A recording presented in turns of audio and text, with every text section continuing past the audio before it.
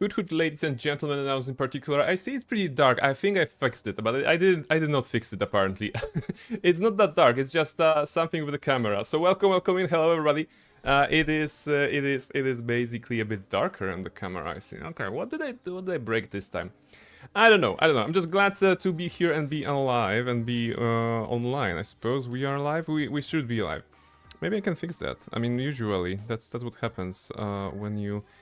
I mean, to be fair, I did fix this before the stream. I made it a little bit like brighter, and then now, of course, it is not the way I want it to be.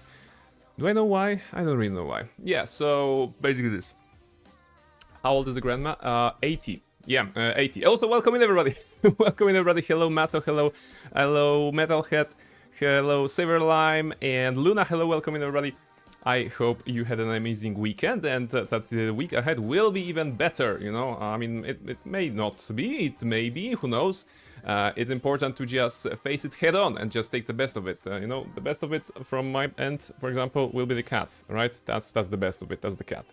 So there you go, there you go. There's a bit of a cat in here, a little bit of a situation with the cat, why not? I have my tea and I hope you also have something to drink. 92. Oh my goodness. Okay, great score. Great score. All the best and all the health to your grandma as well, and everybody's grandmas. You know, grandmas are pretty cool. My grandma basically made sure that I have grown up. if I'm being honest, you know, I wasn't really like a very tall kid, I would say. I mean, okay, maybe on average a bit taller, I would say, but the fact that she fed me a lot of pierogi and everything that can be, you know, fed from grandma's side to the grandson's side, she made sure that I would have all the nutrients to actually grow big, right? And here I am, you know, almost 2 meters high, tall, and just, you know, bouncing my head over the well, everything, door jumps and everything. Basically, so yes, shout out to grandmas around the world, of course. Aside from that, tonight is of course Baldur's Gate 3. We'll be trying to continue. Sorry, no, we will not be trying. We will be continuing. You know, it's about the right attitude. We'll be continuing the run that is solo Shadowheart in honor mode run, which is going pretty well. I have to say that after Friday, I got some extra wind in my sails, I would say. And that's because we managed to actually knock down Mintara without dying. I mean, there was a sacrifice from a skeleton, to be honest, that made it possible. And I mean, we did not have to sacrifice him, but it was funny to just jump into oblivion, right? So yes, with that, we will be continuing, right? We will be trying to get something done, get some more XP, level up, and avoid any sort of pitfalls and dangers that are in front of us. There's a lot to do. Because after finishing the Tiefling kind of a party point in the story beat with the Tiefling leaving the grove, we actually are allowed to go into the mountain pass. We are actually allowed to go a little bit further and discover what is there, of course. We know what's there. There's a lot of Githyanki, which are probably a very good source of XP and nutrients. I don't know. And after that, we're likely gonna well, eradicate everybody, right? We're gonna eradicate everybody, but step by step, right? Step by step. We're gonna warm up with some Gromishkas, we're gonna warm up with some kobolds, and then hopefully we will not die. Lycan, hello, welcome in. Hey, how are you doing? How are you doing? I recall you doing the Dark Souls 3, right? Dark Souls 3 was it? With the final boss quite recently. I was there. It was a very good fight. Very good fight. I think it was 3, right? It was Dark Souls 3, right? I'm not just messing things up. Because Dark Souls 1 had a different final boss. Last week, yeah, it was last week. See, I mean, the time goes on so fast, pretty much. It doesn't help that February is super short, but look at the calendar, it's 23rd already.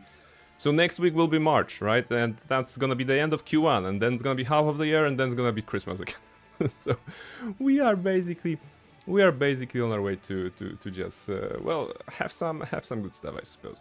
All right, let's go here for a moment. Okay, and this is still not light up. I mean, I did light it up. I promise you guys this.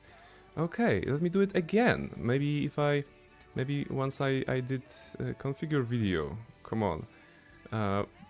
brightness, not brightness, the ISO. Let's go up a little bit, so that you can see my face sometimes.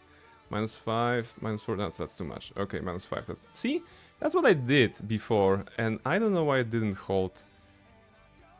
Okay, it's the same thing again, right? It won't hold in the OBS when I'm here. Yeah, the OBS has their own set of rules, apparently, instead of what I want to have here. But fear not, we'll make it happen, one way or the other. Maybe it's about this instead. How about that? We're gonna grab this thingy and put ourselves a bit brighter. What is this? 128, 120. Okay, so that's not the way I want it. Go default again. Going to start the first Berserker Kazan this week. Oh yes, I heard about this game. I'm not very well versed in the genre, but if something is called the first Berserker Kazan, I'm like, ooh, this is a strong title. It must be a strong game. That's basically what I'm feeling about it. How are you doing? Doing well. The weekend was pretty packed. With all sorts of outings, be that the friendly ones, or the well, still friendly but family tier ones. So I was busy during the weekend, and I'm glad that today I worked remotely without going to the office, because it was raining outside. And when I looked outside, I was like, haha! I was super smart to stay home today, because the rain is outside and inside there is no rain. So I feel especially smart and proud of myself.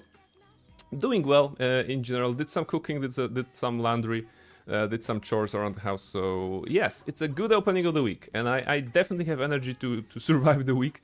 So I hope I'm gonna maintain this one throughout the stream, and of course throughout the rest of the week. Speaking of the rest of the week, there will be of course another stream on Friday. It's gonna be Baldur's Gate 3. We're continuing the adventure in Baldur's Gate 3. And yeah, I guess that's gonna be the main focus for the time being. We may squeeze something here and there, but Baldur's Gate 3 is definitely the title that I want to progress with. So, once again, can I... Oh, this is not saving. Can I do it? Oh, wait, that's too bright. Go back! Revert! Why do you do that? Why do you do that? See, this is good. I press this, and now it disappears. Why? Why do you disappear like this? Press this, and I blame Logitech. For this time, I like their stuff, but I think it's a G-Hub setup that is basically breaking something, which I don't like. This is too bright now, right? This is too dark now. My goodness, I will never fix that. Okay, there's... let's go to the G-Hub then. Sorry for the delay, guys. We will be playing the game very, very soon. Very, very soon you will actually see a video game, and not just me playing around with knobs and things and whatevers.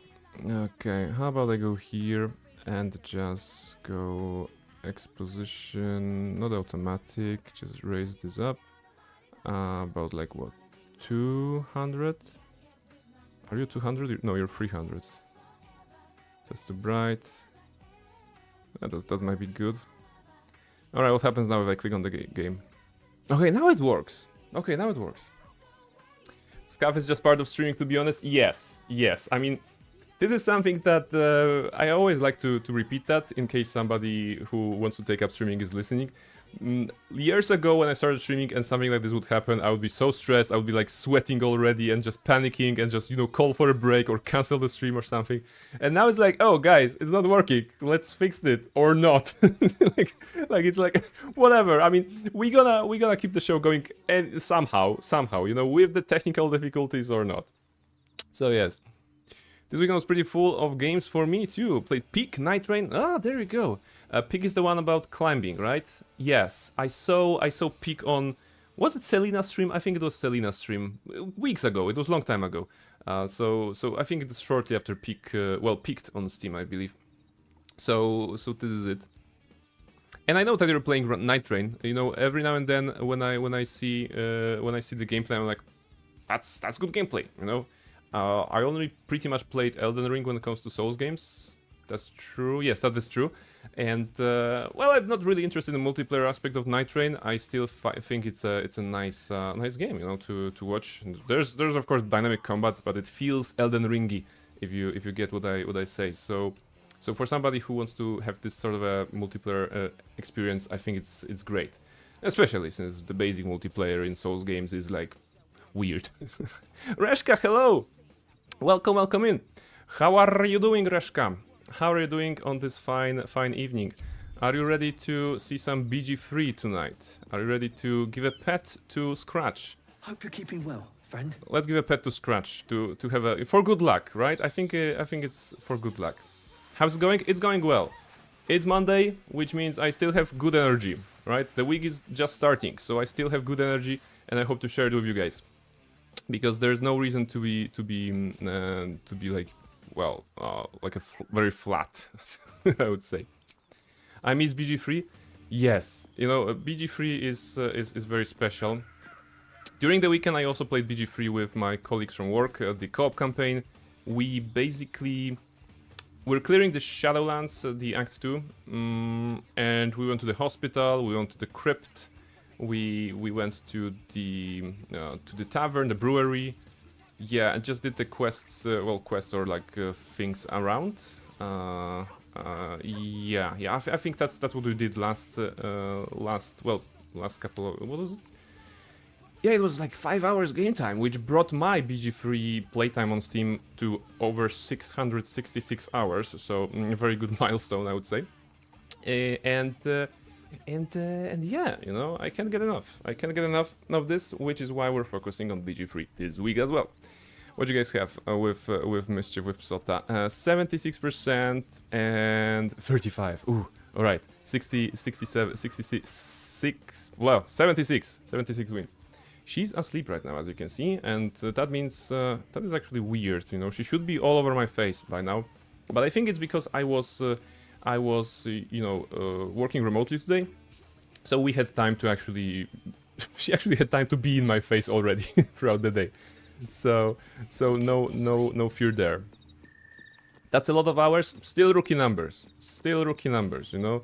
I spent over 10,000 hours in Guild Wars franchise, so 660 something in BG3. It's not a lot. Did she do sound maintenance earlier then? I hope she did. I mean, I hope you can hear the game a little bit. You can hear me and maybe some background music as well. So yes, basically, if there's anything wrong, let me know.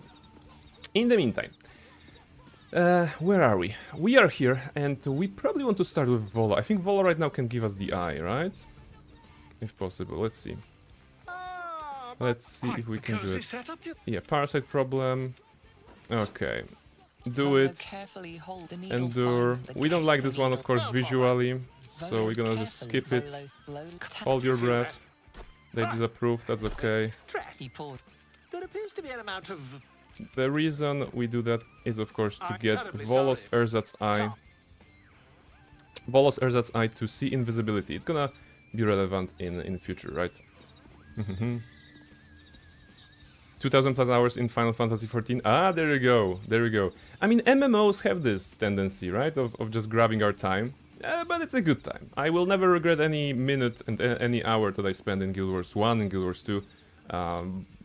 Was that like raiding, was that like farming, or just making character, gearing? It was always very fun adventure. Okay, so we have this, and what else do we have? We have some of those that we could technically eat. Can we eat them right now? This one is a true soul parasite. There you go. We probably can. Open your mind. Well, wait, do I need that? You already know how. It's gonna be good. It's gonna be good. Right now we don't... On this playthrough I avoided eating those, as you can see, because there was a chance I'm gonna kill Mintara randomly again. Right? Like I did on the third playthrough. But on the third attempt, sorry, of the playthrough. But this time I think we should go, right? Yeah, let's eat the tadpoles. Come on. Open your mind. There you go. And now we should be able to feed ourselves. So, definitely... Cold a week is something that we want. Shield of Trolls, always nice. Luck of the Far Realms in eventually. So this is actually not bad, right? Which means we have to start with this and call the weak. Shield of Thralls. It's a good backup, not gonna lie. Which means we have to go through this. And favorable beginnings and lack of the far realms. Alright. So we have some tadpoles in our head right now. Very good. Well, maybe not very good, but we have to sacrifice our humanity a little bit, or half elvity in Shadowheart's case. We need to sacrifice that to well, have some nice stuff, right, going on. We like nice stuff. Transfuse health never needed. Concentration blast, concentrated blast never needed either. A few, many, just 6. Come on, just 6. I'm pretty sure we're gonna get more. I'm gonna get this passive here to remember about it, so that I remember that I have it. Look at the Shield of Trolls. Okay, so that gave us a little bit of more hit points for the time being, which is good. Okay, are we ready to set up? I think we are ready.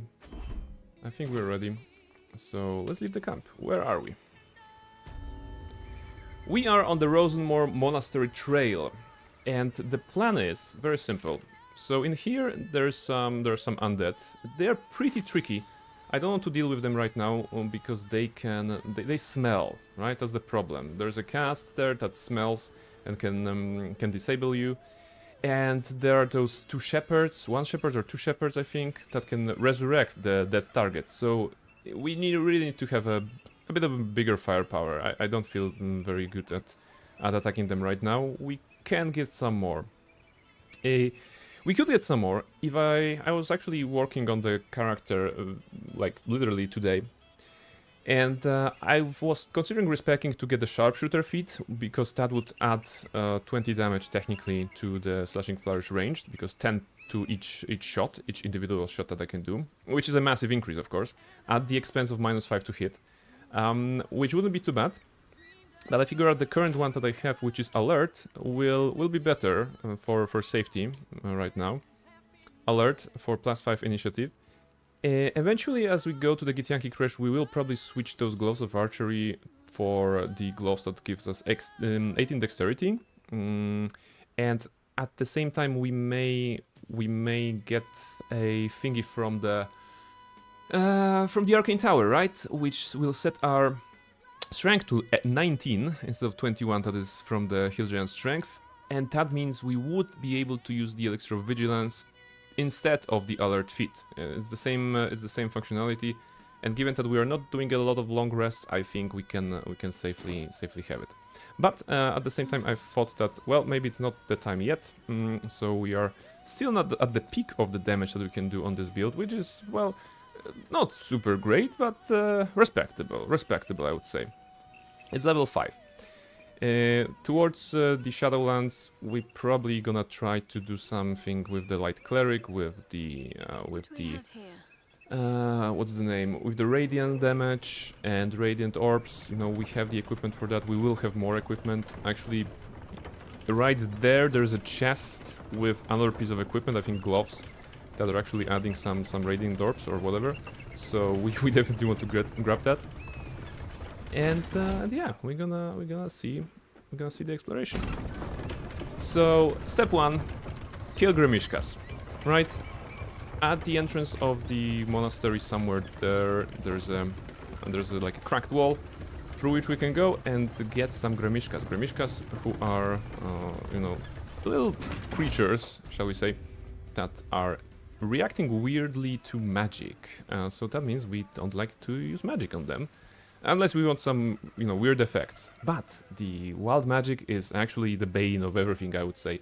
I hate wild magic. I hate it as a... I mean, it's a nice concept, but I hate it in practice. Oh, I forgot this last stream. I hate it in practice because I dabble in precision. I like to know what is gonna happen, and if there's a random effect, I don't like this. Oh no? Yeah, oh yes, it's okay. We're gonna slowly get there. and see what's gonna happen. Alright, first of all, height.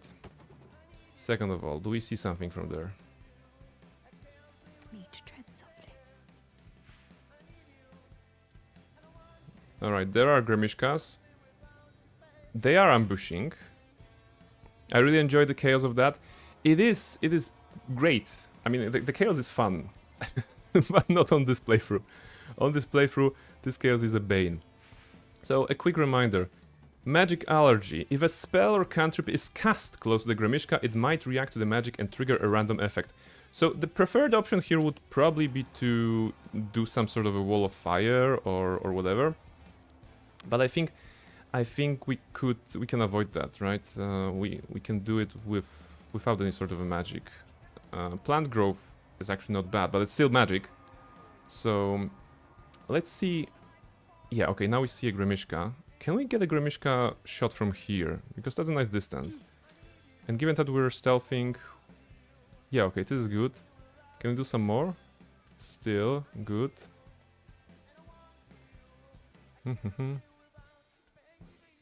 Let's see. Okay, that's 90, so need to take a step closer. 99, alright. So let's do a calculations.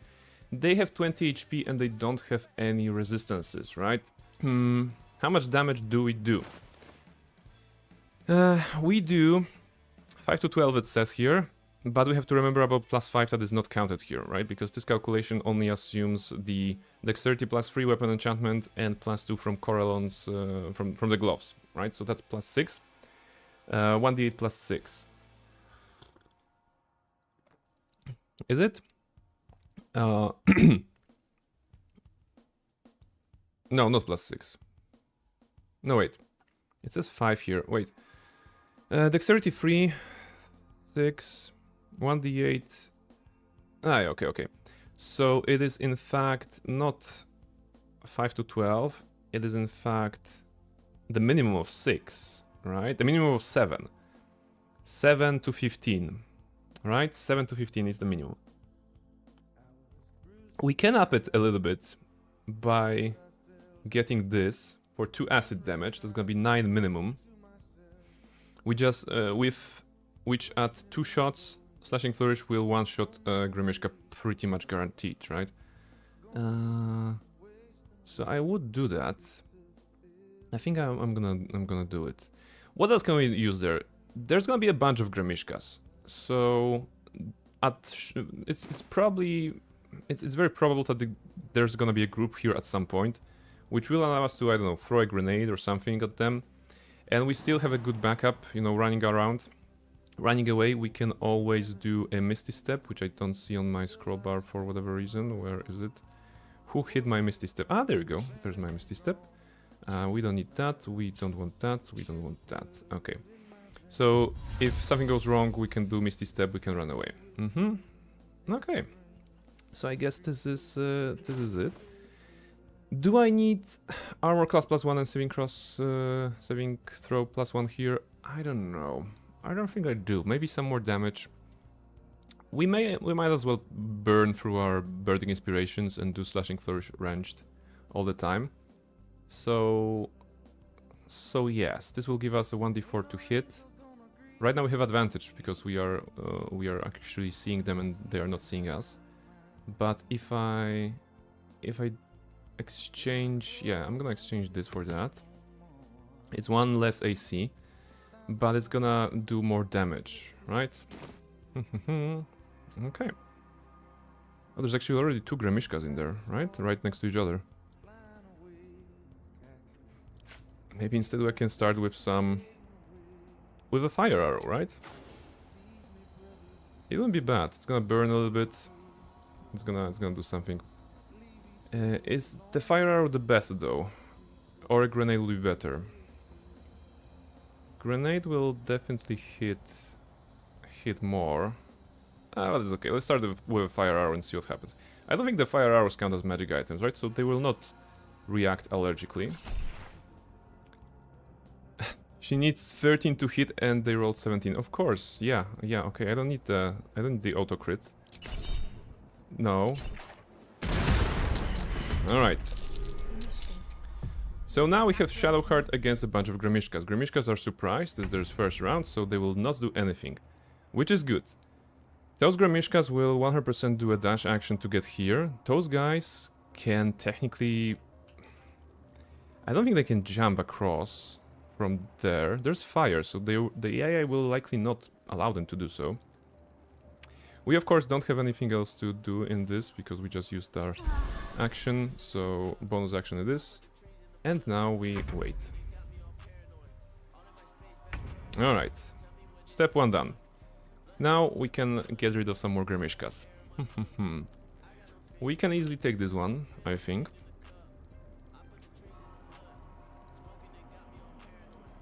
Basically, in case they are grouped up, maybe it's worth it to just do some magic on them, but at first I don't think it's gonna... Like, Glaive of Warding. Despite them doing some weird stuff, upon activation, it's gonna still do a lot of damage if they are grouped together. So let's let me just see if there's anything like... I definitely have something nice and throwable, right? In one of the backpacks. Was it here? Yeah. Smoke powder, bombs, a void bulb even. Huh, still have a void bulb. That's interesting. We can do more fire. Okay. But now we can take just the one. Wow. Yeah, I rolled 30. Okay, one Gramishka down. We can also take the Oil of Accuracy as a bonus action here. Should have done this before. But now we have +2 to hit over a couple of turns, 10 turns. Now Gramishkas will do an action, right? Let's be as far as we can. Even if they want to jump, they will not be able to attack me in any way, right? So let's see what they do. They're dashing. Did it just went up? It actually went up. Okay, interesting. The 3 of them dashed here. Some of them dashed here. Okay. What now? So there's gonna be more Gramishkas.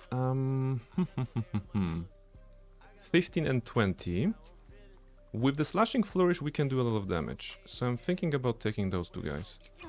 Let's have this and show me the numbers. 90 with disadvantage. If I take a step closer maybe.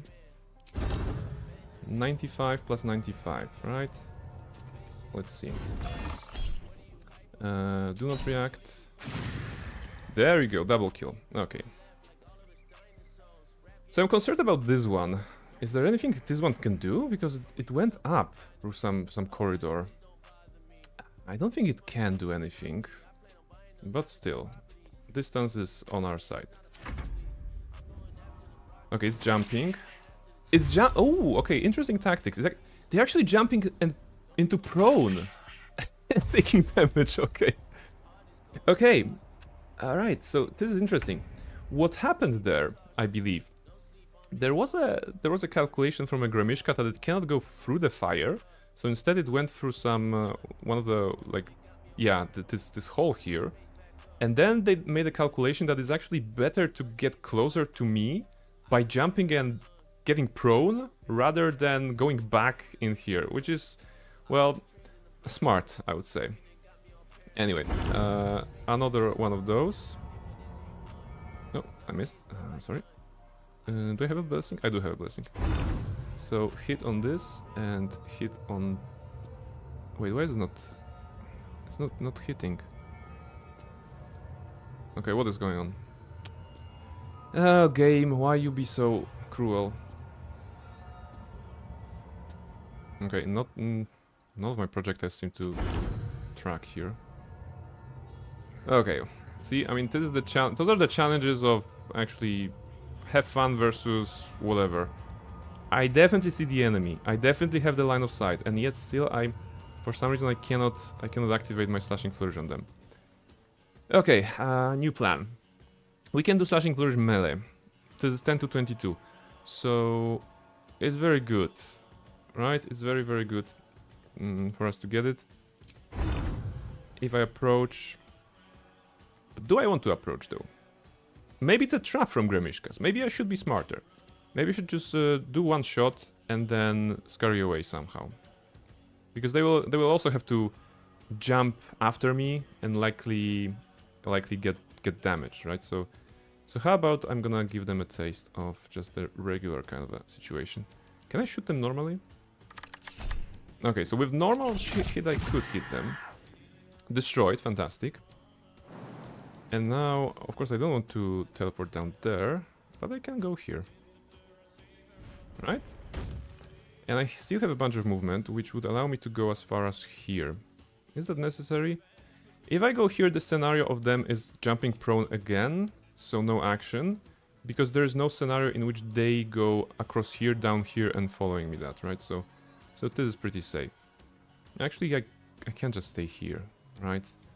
This one cannot reach me. This one will stand up using half of his movement, so it also should not be able to jump. If I'm calculating this correctly, they have what? Okay, I don't know what's their movement speed, but getting up it's half, so there's no way they can get up, move, and jump across.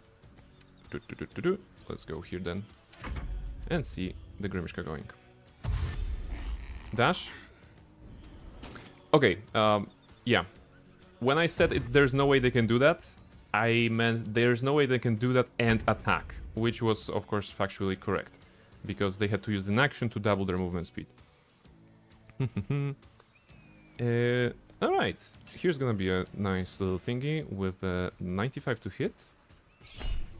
We're hitting good. Call the weak, very nice. And now we need to wait for more Grimishkas to jump here, which we will gladly do. Okay. Ah, look at them! Look at them! They are basically they're not jumping across for whatever reason. Almaril, hello, welcome in. The stream started already. There was no notification. It's a sneaky stream. It's a sneaky stream, but it's a good thing that you weren't here at the very beginning because there were technical problems, right? So welcome in. And also Dusk, hello! Hello guys, great to have you here. We're fighting some magical cats at this point, Gramishkas, as you can see. Very angry, very Gramishka, and very silly. One of them actually climbed onto the roof and then dropped down. That's their blood, actually. They fell and took 5 damage. Okay, can I shoot from there? I cannot.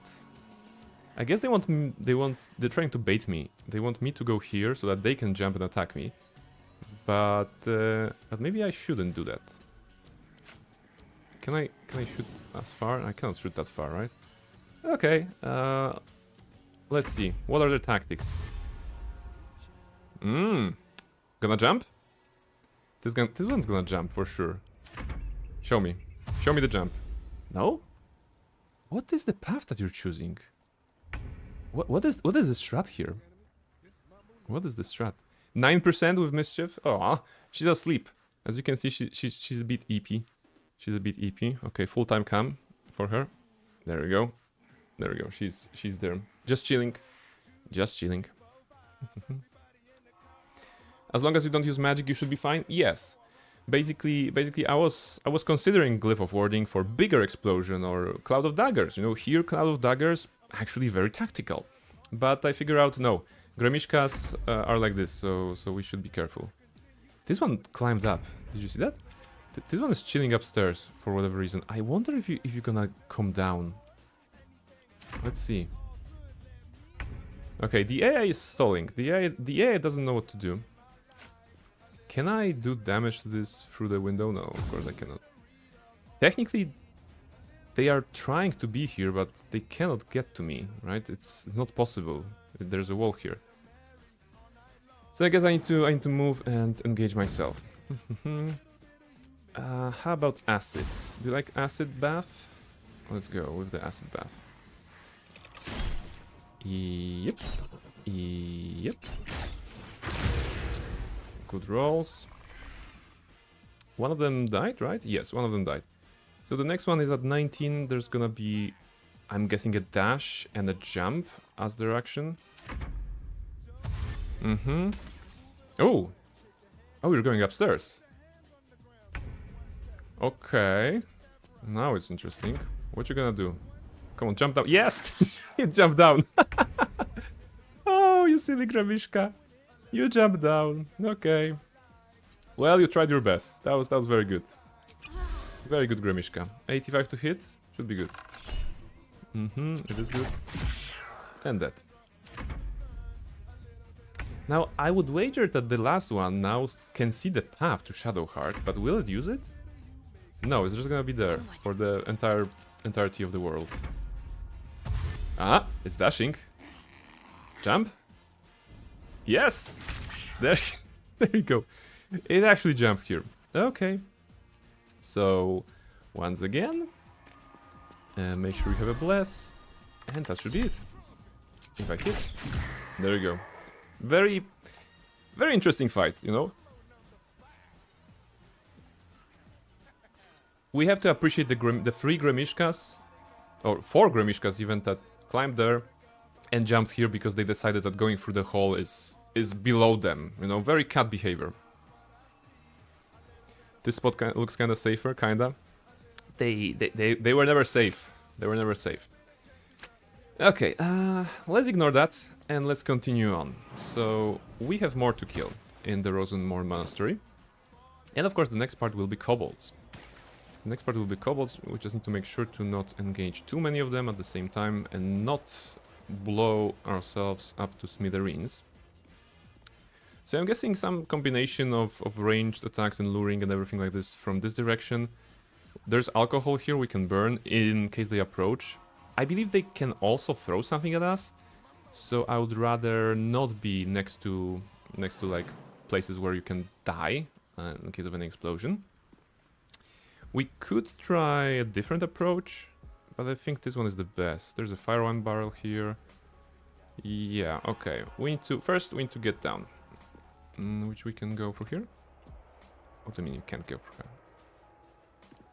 What was the path here? Wasn't not like... Oh, it was okay. It was through the door first. Okay.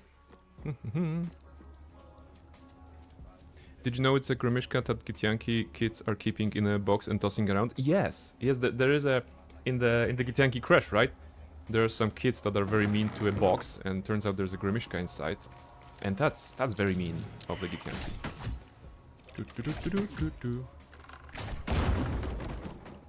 I think if combat starts there, you actually fight an extra Gremishka there. Okay, come here. In the background, there was combat happening, of course, where some Githyanki killed 2 dudes. But we are not part of this. We don't want to be a part of this, to be honest. As I was taught. What we want is to find a clear shot somehow. You can go down here, right? Please, Shadowheart, thank you. Alright. So like I said, it's a bit tricky here, because we don't want to fall. Can you fall even from here? I'm not gonna check it, but... Yeah, there's no jump. So I don't know if maybe the game doesn't treat that as a passable barrier. What's the situation here? We have 2 tipsy kobolds here. They are like 20-16 HPs. So just like Gremishkas were 20. So that's even easier. Some kobolds are hiding in the barrels, as we know. Kobold Scout, Kobold Looter. Some of them are asleep. If we just, if we hide and do some snipings like this, it should be very good for us. I'm guessing that if I one-shot this one, some of them may follow me there, but if I do turn-based mode, I will have time to get up if I want. So even before they see me, I will have a good stuff going on. Now, with the 16 HP, can I one-shot them? Going back to the calculations, we have like 3 from dexterity, 5 from strength, so that's 8, 2 from the Whispering Promise, so that's 12. Wait, no, 5 plus 3, it's 8, plus 2 from the Whispering Promise, that's 10. God damn it, Caustic Band. Yes, of course, Caustic Band. I'm thinking too fast, and I'm talking too fast, thinking too slow. And plus 2 from this, right? So that's 12 guaranteed, so 13 at the least. 13 at the least, plus 8, up to 8. You can wipe at those kobolds too, especially if you pick a wrong spot to start the fire. That's why I will avoid starting the fire, I think. And for the love of God, I will not enter the room, right? That's my plan. Not entering the room, just going preferably there. And as they approach, pick them one by one. Or maybe use some special arrows, just block things here. In fact, I could start by casting plant growth. Because that means they will not be able to move around. Like, let's say I cast it here. Of course, with me being here. If I cast it here, and this sets on fire, then my plants won't burn. And if they want to come to me, it's probably an overkill. We don't need that. What we could do, though, it's a glyph of warding, right? We can set up a glyph of warding around here, maybe, and that means there's gonna be one free kill for us, because glyph of warding will obliterate one of the kobolds. If I engage with this one, those two may be treated as a group, and there may be a double kill, I think, on this.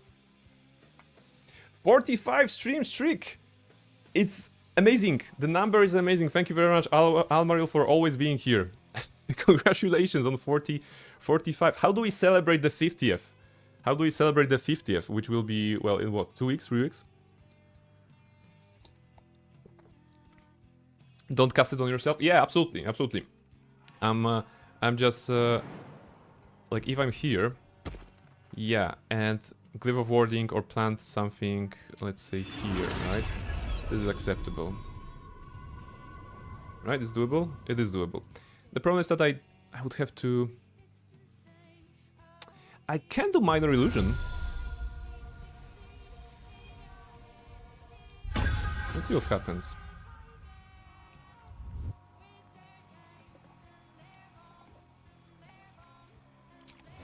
Actually, this is too good for now.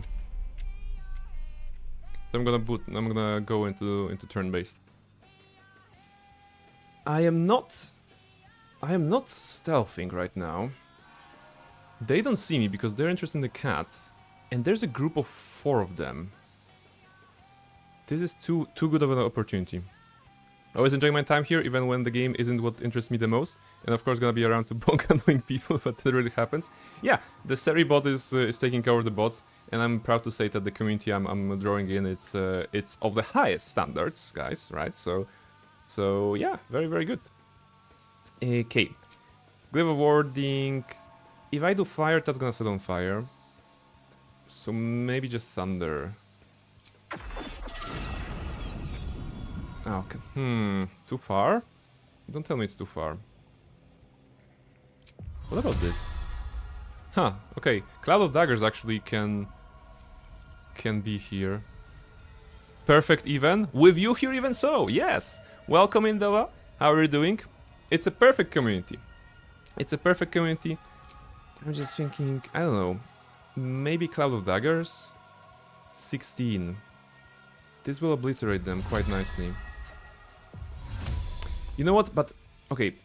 Let's be smart. Let's actually use the action here to hide.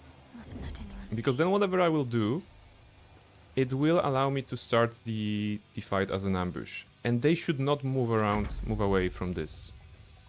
Right? They're gonna check it. In the round here. Oh, they are. Ah, go back! Come back! You idiots! Where did you go? Where did you go? Come back here. Okay. Okay, exit TB mode. We can do it in a very smart way. Actually, wait. This guy is just chilling here. This is weird. Okay. Well, if that's the case, we're gonna do a nice long shot. Super safe. Look at this. Shadowheart in the trees. Natural habitat. Can we do that? Oh, path is interrupted. Now, there is a line. Trust. There is a line. There must be. Okay, now I don't see Shadowheart. Okay, see? Shadowheart here. And poor Kobold here. Heat vision, you know. UAV is on. Yeah, okay, we have a shot. We have a shot, everybody. So, 20 damage in one shot. Yes. You know what? It's actually super good. So what's gonna happen here? This Kobold will not die due to an arrow, but it's gonna die to Cold a Week, right? because we just need to do, what, 15 points of damage, right? Because we have 6 evolved powers, so it's gonna die if we bring it to 6 HP or 5 HP. So we need to do 15, which we can absolutely do with a normal shot. So let's get 99 here. Oh, 95, that's good enough. And shoot.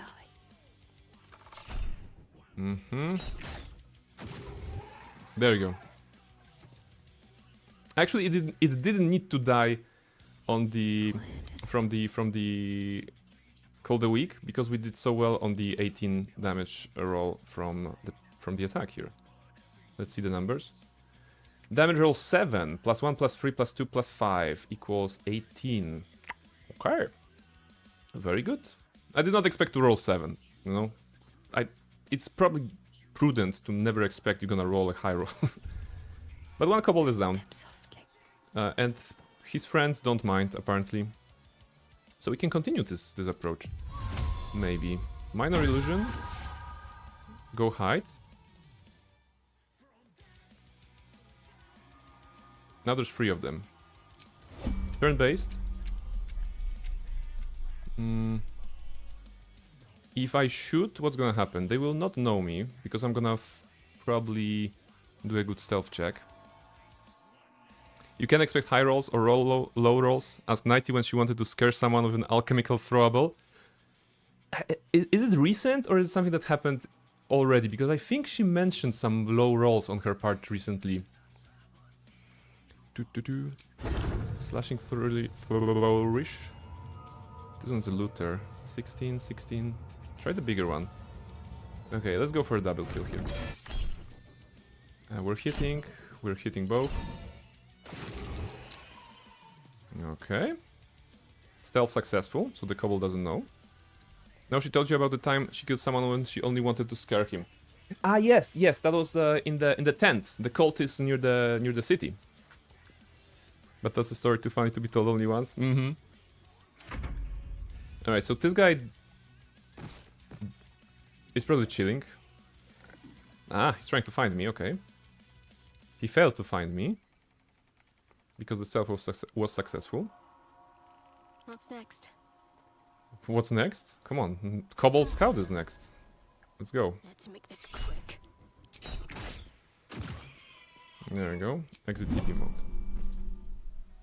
She'll have more for you tomorrow, actually. Ooh, that's very good. That's very good. Looking forward to more Pathfinder stories. There you go. So far, so good. It's a very, very clean setup that we have with the kobolds. Now it's going to be a bit trickier, right? Because we cannot... I don't think we can reach them with Minor Illusion, any of them, anymore. Yeah. We need to get closer. What's the furthest we can do? Hey, no, we can! So if I go this... Perfectly hidden. And hide... and shoot... There you go. Now there's one here. Is he dancing? there's a dancing one. Let's go. Appa. Unnoticed. Good. Those are asleep. This one is 20, right? Should be very easy to shoot him. To dally. We have to remember about those. There's a guy here. But if I go here... 99... should one-shot him. It was a critical, no less. This way. Calm and quiet. That's the way. Someone's following me.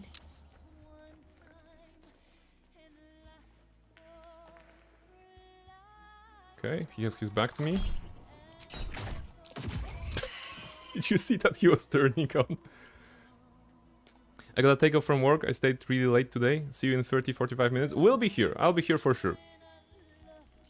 We'll be here for sure. There's a lot more to do in Rosemore Monastery. And not only killing, but, well, mostly killing. I don't think we'll be going to the Githyanki Crash tonight. One thing that I want to do with the Githyanki Crash is of course the Zaytisk checks, which are pretty demanding. If we fail, it's okay, but if we win all the checks, of which there will be 3, we're gonna get the free mind upgrade it's gonna allow us to cast, I think, what was that? Cast the Illicit powers with bonus actions. So very useful thing for the future. Okay, let's see. Cobalt Inventor 27. Well, this one is tough. For this one, we may use the Slashing Flourish. I'll go this way. Hide, Shadowheart, please. There's a dude here.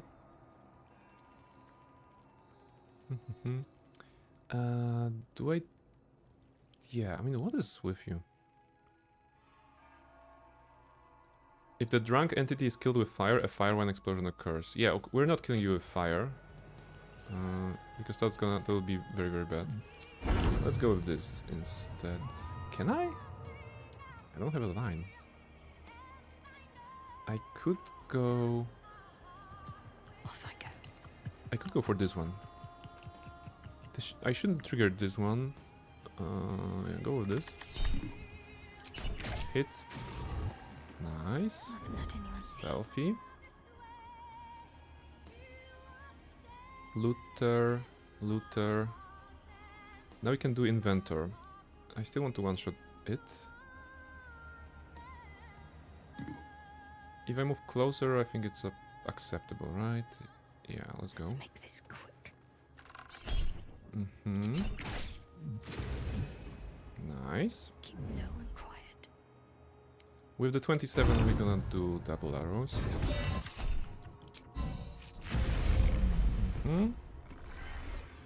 Okay. Now we know there's one here, there's one here. I think there's one here as well, in this one maybe? Let's go. Feel my mistress's wrath. I should have stealth there. I Calm didn't. and quiet, that's the way. No, I don't want to move here. Do I explode this one somehow or whatever? It's on my phone. Ah, I think. There we go. I can consider this one. I'll just... Well, at this point I could go into normal combat, but... Well, let's try to get the most of it. Oh, this looks precise.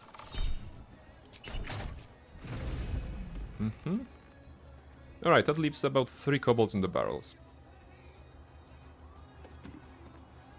Which I think at this point we could even destroy with explosions. Because if I do an explosion, these guys will start to burn, right? And actually get some damage from the fact he's in the barrel. If I just destroy the barrel, he will be at full HP, so... Time to bomb. On I go. Can we get a shot from this? It's a low ground. A bit. Oh, we can, okay. So maybe even further. Just get a nice crispy angle. Oh, has to move forward, okay. Exploding barrels doesn't kill kobold inside, but at least they will end up in a fire field, right? So at least they will take some damage. I should also do it from stealth. As I was taught, Again. Okay. Let's see. to meet your maker. This is gonna set in fire. Oh, damn you. Alright. Now let's make sure we won't burn everything. Okay. Okay. Let's try this. Basically starting from stealth allowed us to explode the barrel. He indeed didn't get any damage. He spawned as normally. But then instantly, as fast as I could, I clicked on him and got some extra damage. Ooh, there's one here as well. One here as well, and one here as well. So basically, it's about clicking things fast enough, right? Destroy the barrel. Better to hide than fight sometimes. Okay, well, the fight actually started. But this is just a couple of kobolds, right? Oh, please, we're stealthing. Heading there. He's gonna climb here, of course, to see us. But if I go far enough, he will not. Right?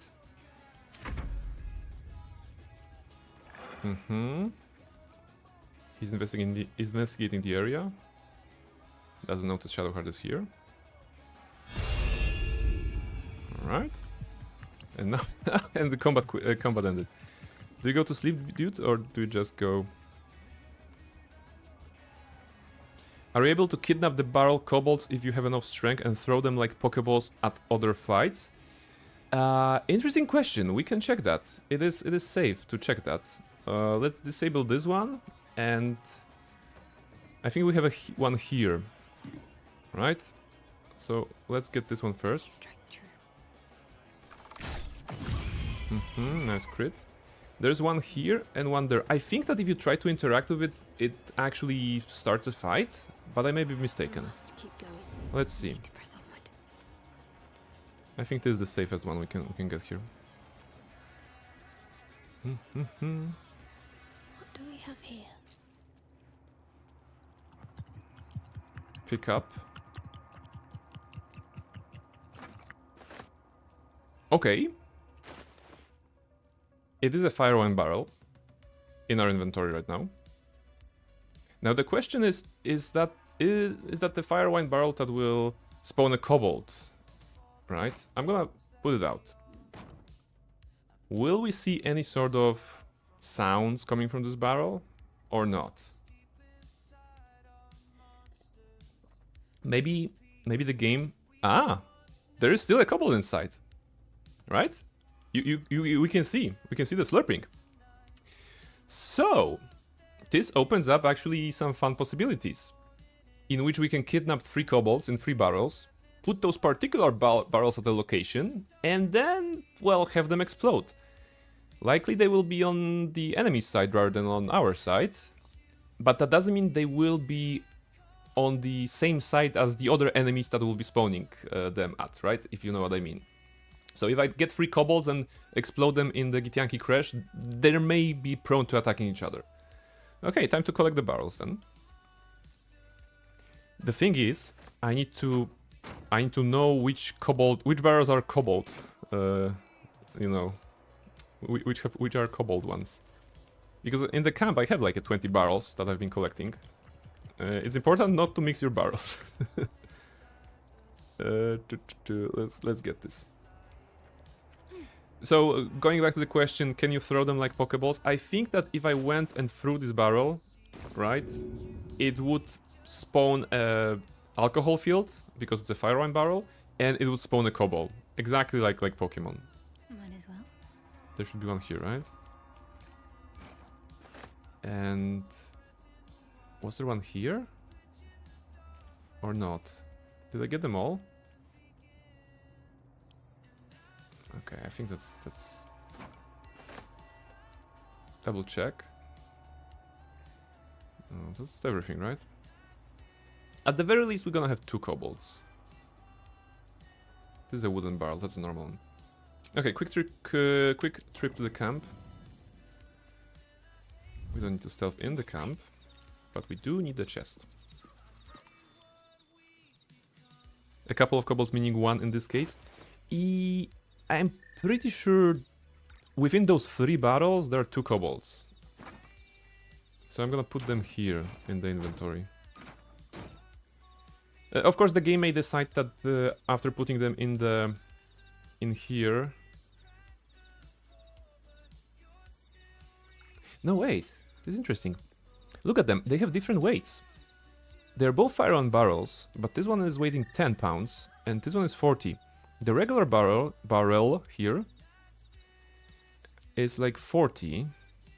There's also one with the action variant. I mean, not the action variant. No, 40. No, those are the same, right? 40, 40, 40, 40. So that means the kobolds are in the lighter ones. Which is weird because... No, it's not weird. Wait, it actually makes sense. Because those barrels do contain wine. And those barrels contain the kobold that has drunk all the wine. So that's why the barrel is lighter. because it only accounts for the weight of the kobold. See? This is math. This is very good. All right. So now we know how to identify, and now you know how to identify the kobold in a barrel. It's like one of those, you know, riddles. You have a 3 galleon jack, 2 galleon jack. How do you measure 4 galleons or whatever? So yeah, this is it. This game is truly magical. I'm still on my first run, so I haven't gotten creative yet. I'm so glad I thought of this while you were in this section. It's a good thinking. Baldur's Gate 3 definitely has this thing in which you're like, oh my goodness, they thought of that. And they are doing that to the point that if you run some weird scenario in your idea and it turns out they didn't think of that, you're like, oh god damn it, they should have thought of that. Right? Normally you wouldn't expect them to account for some weirdness that the player will be doing, but in this case they're all very, very good at this. I was myself surprised yesterday. I was playing with my friends from work, right? Again, 660 hours in. This is my Steam time playthrough on this game, and basically, as you have just witnessed, Volo gave us the eye, right? So we have one fake eye, and the other is our own.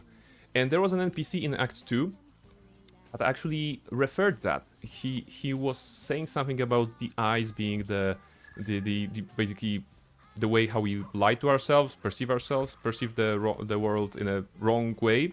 So when he specifically referred to the party member who had the Volos Erzatz eye, the fake eye, the line wasn't like, oh, you have eyes, so you're not ready for this. But the line was like, you're halfway there, as you can see, but you're still encumbered by your fleshy something eye, whatever, right? And that, I was like so surprised that they actually thought of this little line that refers exactly to the fact that the character has one fake eye, which I think can be triggered by Will, given his eye. It can be triggered by anybody who has the Volos Erzatz eye from Volo, or anybody who has made a deal with the Hag in Act 1, because that also counts as having a single eye. So, basically this. Just Larian things. Now, we also have to ask ourselves, is it morally correct to keep a kobold in a barrel, in a chest, in a camp as we travel across Faerun? And I don't see any police here, so yeah, we're gonna keep them there. Leave the camp. I'll double check if any of them is saying anything to us. No, probably. We can take this. I don't think they have anything useful, right? No, I shouldn't be. No, don't waste time on them. What's next? Have to keep low. Okay, so this is the entrance, which we cannot open right now. This is the rummage from which we can get. So where do I go from here? We can go outside. We cannot go there, right? Yeah. Can you go? Yeah, you can go. Nothing spawns here, of course. We can speak with the dead with them, but we don't care. Now, I think it's back to the Gromishka room, to be honest, and starting from there, climbing up from the kobold's room as well. Go here, please. There is an encounter at the rooftops, if you remember, and that's gonna be a very protective eagle mother and the eagle child, which on their own are not a problem. We don't need to find them, to be honest. We could fight them for XP reasons or whatever. We most certainly will fight them for XP reasons. And at the same time, they can summon more eagles, and that's a problem. No, one eagle, not a problem. 2 eagles, still not a problem. Many eagles, problem. I'll give it a try. Okay. Here's the Rosenmorn Monastery puzzle, upon which, if we solve this, we're gonna get a permanent buff until long rest to get to do 1d4 radiant damage. I will definitely do this. I will definitely not do this right now. I will do this the moment we're gonna go to the Shadowlands, right? And starting Shadowlands, I'm gonna try to hold to that buff as long as possible, skipping all the long rests, and just, you know, doing all the cheeses I can get, so that I can hold the buff for as long as possible. Because radiant damage is very, very cool. Now we have on the other side, this guy, right? Guardian of Faith. He's not moving. Strike back at the next enemy that attacks you. AC 20. Oh, that's interesting. I don't think we should have any problems with them. But what about those doors? Is there anything we can do here? How interesting. They have... Those doors actually have slashing vulnerability. And fire, okay, and force. I would expect force, but not slashing, really? A lockpick. Let's get this lock to yield. Shadowbard is very good at this, of course, 15. When I said that she's very good at this, I did not mean failure. Please try Thieves' Tools, maybe. Like I said, Shadowbard is very good at this. Very good! Critical success, alright. No, you didn't need to be that good. Now, how do we approach this guy? Shouldn't be a problem, right? Just destroy this.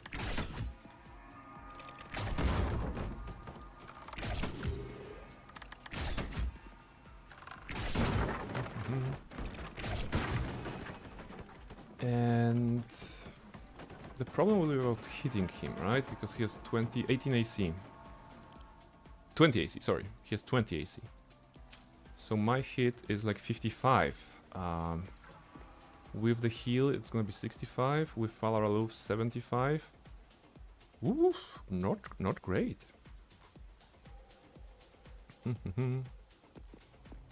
But how exactly did the retaliation work? Did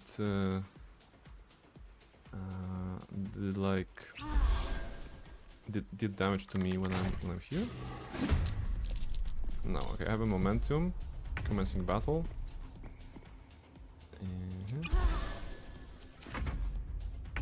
Yeah, you're not gonna do anything. Or is there retaliation only melee? I don't remember. Let's see. 50% to hit. Let's try. That won't work. It will work, shut up. He's not moving. He's a stationary target. We just need one good hit. Okay, retaliation only melee. Right? Okay. So, again, some encounters may be tricky, but some of them are not. You just need to be patient, maybe. Or use some special arrows. Acid. Wait, do you have any resistances? None. Ooh. Okay. I think he's worth quite a bit of XP, right? We may have missed the damage, but now he's in the acid. If you remember, acid lowers the AC by 2. So that was a conscious choice actually on my part, for once. 60.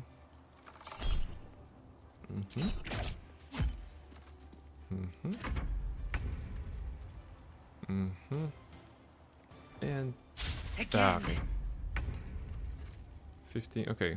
Just... I could get the bless, but yeah, alright, now. And he exploded. Very good.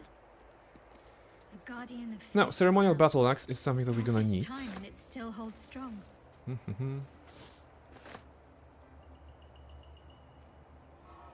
Wait, and we don't get XP for him? I thought you get XP for him. Okay, maybe, well, technically he's a spell that someone cast. Guardian of Fate missed me. Couple of times, yes. Couple of times, but it's okay. Okay, we can climb here, but we don't need to.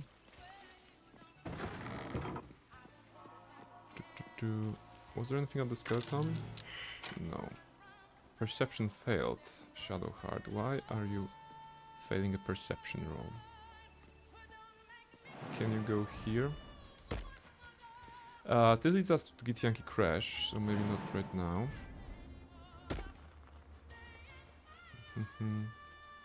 I think there was a climbable area somewhere here, right? To the... yeah. To a bit of a dirt mound in the ground. And a tombstone. Time for some tomb raiding or grave robbing. Askell Stockhold, Dawnmaster. From death, life. Very good. Dawn Master.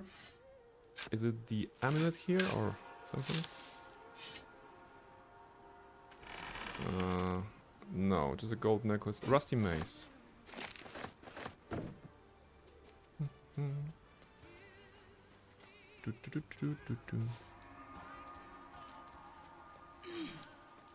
Next part should be what?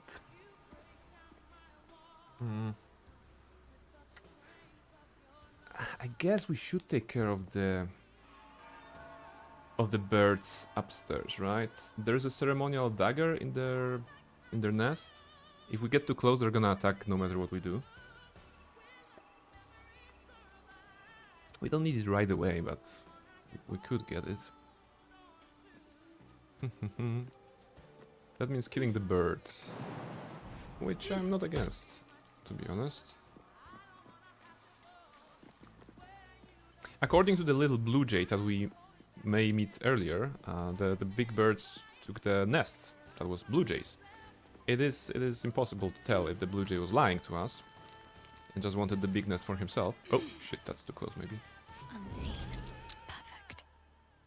Yeah, see, there's a problem. Ancient Giant Eagle has 80 HP, right? So that's not great. And also I shouldn't be here.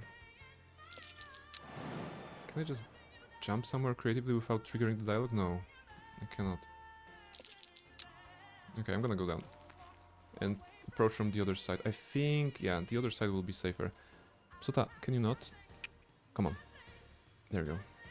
Okay, now what you're doing. Onward then. You want to check the equipment? It's okay. Alright. She woke up. Basically no longer asleep. Cat is active. Everybody, cat is active, I repeat.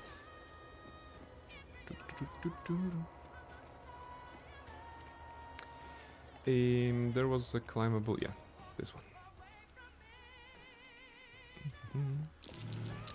How are you planning to deal with eagles?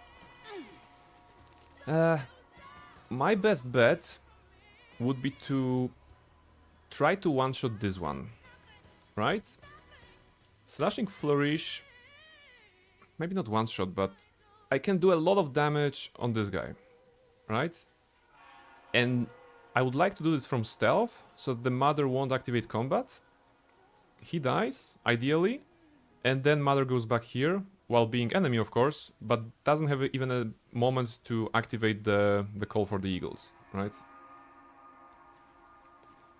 I wouldn't want to fight all of them, because they could even, you know, push me down and end the run, so that's not great.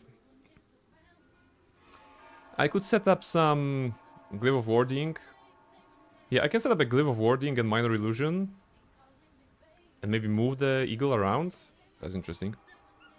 I doubt the Blue Jay build a nest that big, but the eagles are jerks. They kind of are, aren't they? They're not very friendly. I remember when I was playing this game the first time, and I was like, ooh, eagles, you know, they're chilling here. I'm gonna be a good person. I'm gonna pop up the elixir of animal speaking, and I'm gonna talk to them. Maybe I'm gonna learn something. Maybe we're gonna exchange gifts, presents. You know, maybe knowledge will be imparted upon us because they're eagles. You know, probably smart birds or something. And no, they were just like, go away from my son. And not remember what the name of the son is, like, don't go to them because you're gonna catch some disease or whatever, little bird. And I'm like, my goodness, you're mean. I'm just chilling. I'm an adventurer. It's your first time seeing an adventurer? There we go. What a bird. Anyway, so we can't really have a higher ground from here. We could go here for a moment.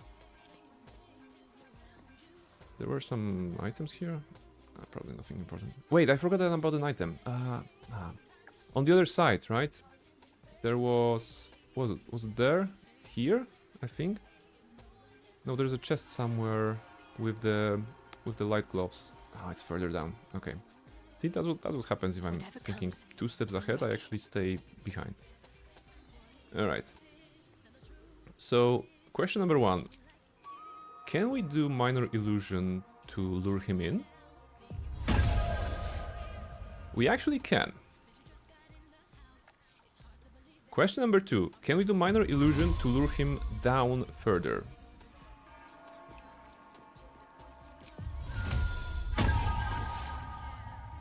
moving. Unnoticed. Good. Ah.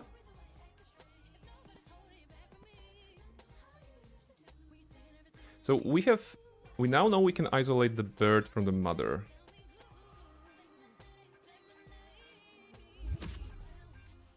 Now he will come back, right? What is the most optimal thing that we can do here? Is he moving? No, he's not moving back. Okay, so this bird is not programmed to go back to his mother. Quite an intrepid little kid, isn't he? Just gonna go around and try to do stuff. So in theory, our best bet would be to fight him with the wall to our back, right? Fighting him here, not great. He comes here, he pushes us, we fail a roll, and we die. Fighting him here, where the Gremishkas were chilling before, actually not a bad idea. We can even make him go here, so that he doesn't see us and we can sneak around, right?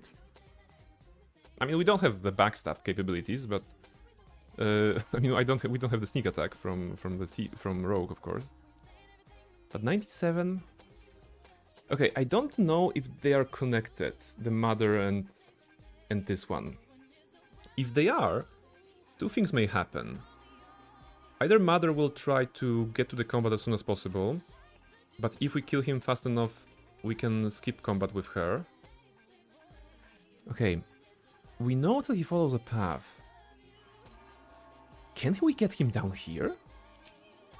Okay, time to test. Take a look. Oh no, he's going... He's coming the wrong way! Ah! Okay, he's super down. Somehow Shadowbard came here. Yeah, okay.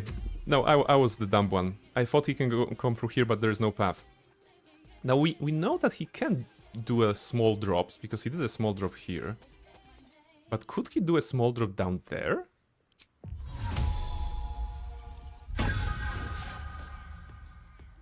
Okay. Skyrim levels of sneak? Yes. We are stealth archer at this point. Literally. We're stealthing and we're fighting with a bow. Okay. We can throw him, by the way.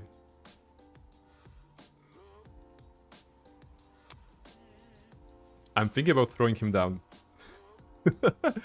Wait a minute. Okay. This is gonna be hilarious if it works. And if it doesn't, it's gonna be still a good thing. So minor illusion here. Hiding failed. That's okay, because he cannot trigger a dialogue with us, I think. It's the mother that triggers the dialogue. So he chills here. Teach him how to fly? That's the plan, right? Because if you're hiding, you actually have a good chance on pushing stuff. 91. So, what's gonna happen? Usually in those situations, if you push somebody, an NPC, they react like, "Oh, you shouldn't be doing that. Pay me money," right? If you push like a humanoid NPC, and then they go back to their place. Will this guy be smart enough to react to that and fly back or not? Well, given that we're stealthing, he will never know that we were the one that pushed him. So, let's give it a try.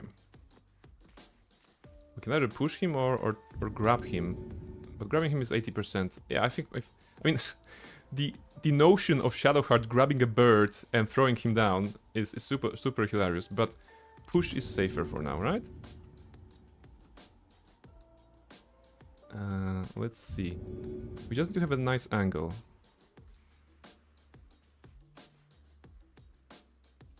It's hard to see through the trees, but let's do it like this. Okay, there's no angle here. Maybe we need to reposition him a little bit, right? Maybe here. Okay. He's checking the cat. Hmm. Not here. I don't want him to drop here. I want him to drop there. The angle is still not there. Okay, more repositioning.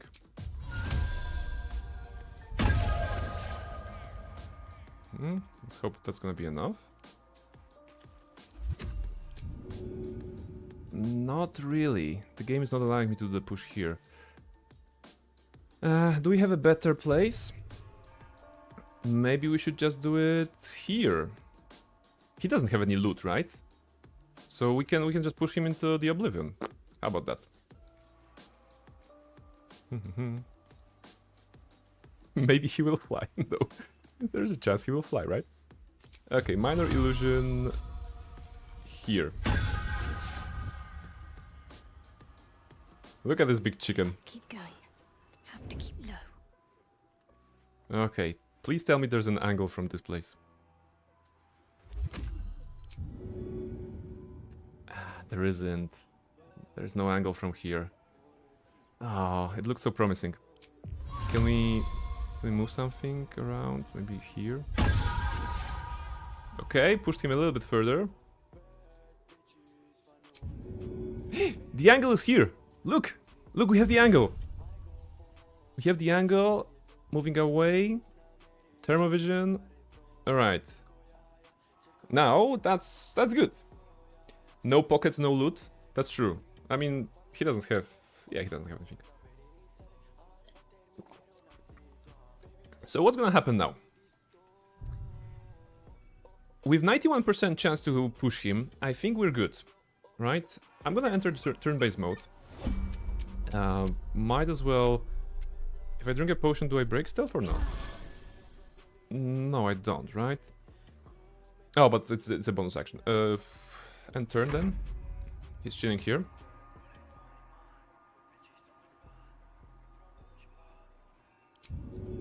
Okay, still 91. So I'm gonna push him, and the game will tell us whether it worked or not. It should work with 91. And then I'm gonna have some movement I can do to run away if necessary, whatever. Let's push the eagle. Athletic successful. And can I enter photo mode from here? Yes, I can, right. This is one very surprised eagle. He's like, what is going on? What is happening?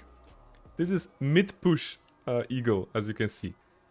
Shout out to the model design, right? It's actually very, very beautiful. Very beautiful bald eagle. But now we know he's pushed. And now we know he's gonna fall. Because we saw the angle. So we were never here. We're gonna sit on the bench. Oh, actually, this is... You know what? I'm making the screenshot. I'm making the screenshot. Yeah. We have a bunch of effects on the character. Can I disable them somehow? I don't think I can, right?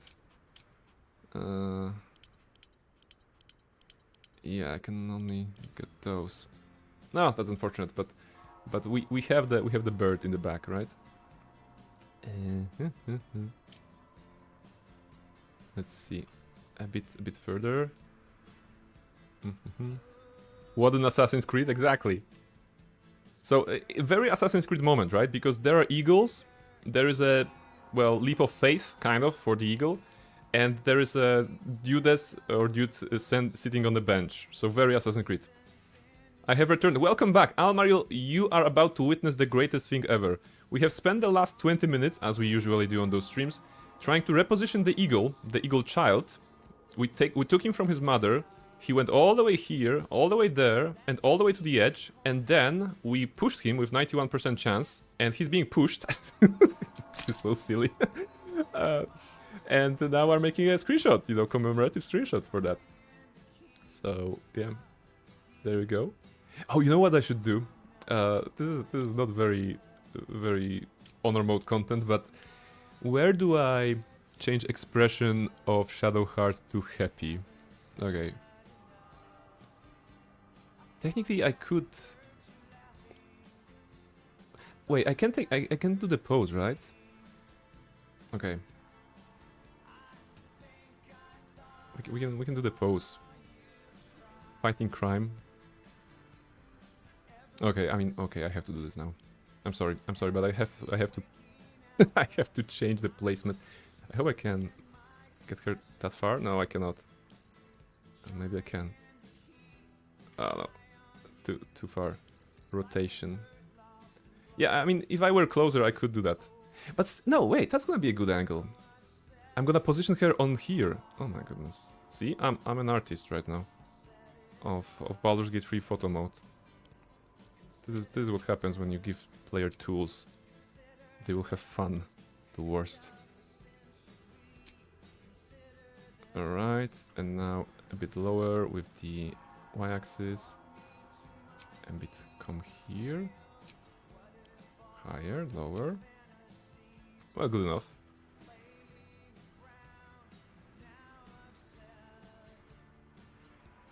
Yeah, I guess it's good enough, right? It won't win any prizes. Do a Fortnite test. It won't win any prizes on any contest, but it's a push of the eagle. There we go. Now we have this memory. Thank you very much for your patience, everybody. And now we can see what's gonna happen. All right. So we end the turn.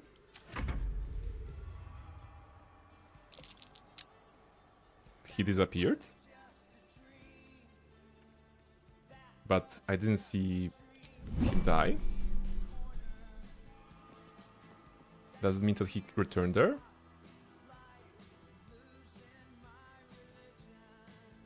I don't see any XP from him. All right, let's see. Need to press onward. Let's see if he's back here for whatever reason, or he's just disappeared already. No, it's just the mother. He's still falling. Yeah, we'll never see him again. I mean, he flew, you know. He's just there. Imagine he's flying there and there and there. He just fell. Yes, he just fell, and that was a well. We missed some XP in that case. If I'm being honest. He went on an adventure. Maybe I should have pushed him not into the full abyss, but here to actually do the combat. That would give me some XP. Time to leave the nest, little buddy. Yeah, maybe it is the good ending, you know, if you think about it. I'm an adventurer on honor mode, and I want to take any sort of XP I can get. Cue the comment about me murdering the druids, because there's an XP there. But in this case, we got rid of the potential enemy by giving them freedom, you know. They're flying away, they're no longer there, we can engage the mother if we want, without an added support of her son. And yeah, that's it.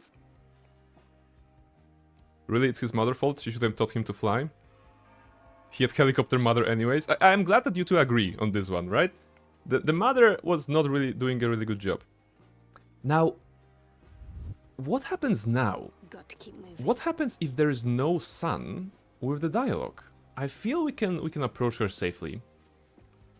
Because there's no way she knows that we pushed this. She's not engaged in combat with us. So what kind of a dialogue does she have if the sun is not around? Yeah, we can learn this. Unique opportunity. We have speak with animals.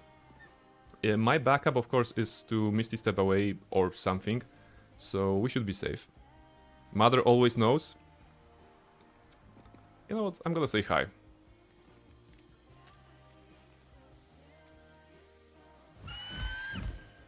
Intruder! In my nest! This area was meant to be safe! Xavier, get behind Mummy! Xavier is not here. Persuasion. I'm just interested in the big device. We have a high persuasion. I think we should be good. We can cast Eagle Splendor even. But plus 12, I believe. Blind Eagle. Yeah. Fine. Xavier! Xavier! Don't talk to it. It might have germs. So she thinks that Xavier is here. Well, in fact, he is not. Alright. Alright, so nothing here. So again, going back to what I said earlier, this is one of the moments in which you would wish that the Larian had thought of a situation where she has a different dialogue for when Xavier is not here for whatever reason. But of course, you know, we would be asking for every single small detail, and that's impossible to do. Okay. So that's an eagle mother. I'm thinking about killing her. What's the most efficient way to kill an eagle like this? I'm thinking Glyph of Warding. I'm thinking... Actually, blindness on her would be nice, right? 55. Okay, 55 is not great.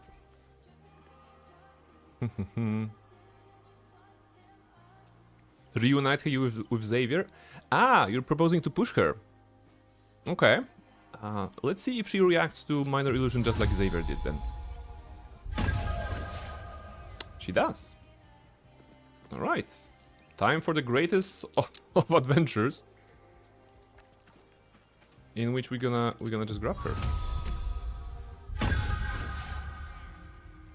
Now the question, should we actually try to get some XP out of that and fight her normally? Or should we just push her to her death without XP? What do you think?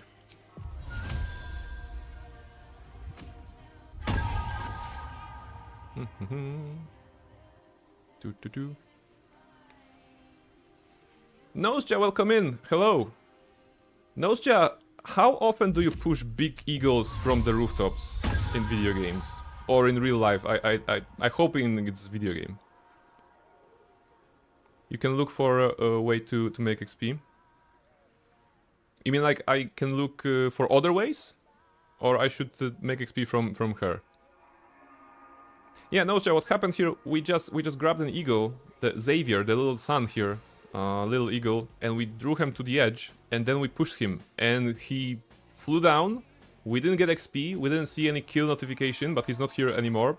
So some say he's still falling. No, for edge that gets you XP. Okay, so if that'll be the case, the best one would probably be this one.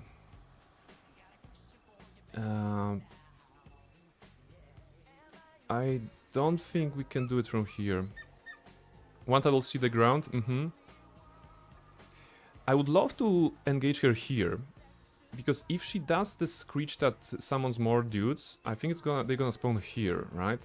That's how the encounter is programmed. So we could go back here when I wanted to push Xavier originally.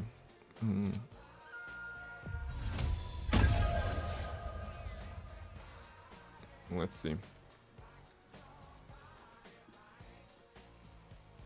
Let's see if there's an angle here. Calm and quiet, Alright. that's the way. Not really. But we can throw, I think. I think I saw a line somewhere. Top is blocked. Okay. She doesn't mind if we were near her, right? Ah! There we go. There's something. Okay, we can do it from here. We can actually throw the eagle from here. The biggest damage will be, well, flat to the ground here. So we are sneaking. We're gonna grab the eagle and we're gonna throw her down. For the purpose of this demonstration, we're gonna do it like this. We have about 80% chance to hit it. Shouldn't be a problem. Go. Whee! And now she's prone. We go back to stealth. We observe the eagle. What's gonna happen? I don't think outside of combat she cannot go back here, right?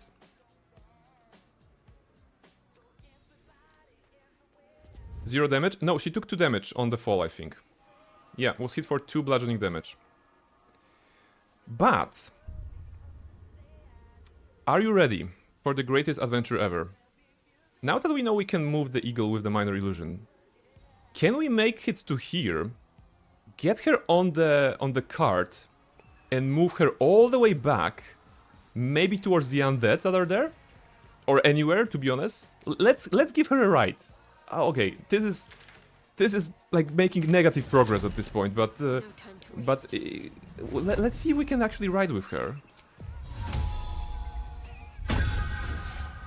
Come on, come on, let's find Xavier. She's now trying to find Xavier, and we're helping her, right? Taking my pet eagle on a walk, yeah, like you do, you know. It's Monday. You have to take your eagle for a walk. Come on, come on, come on. We just need to wait for this to disappear, of course, to chain them. in those skills.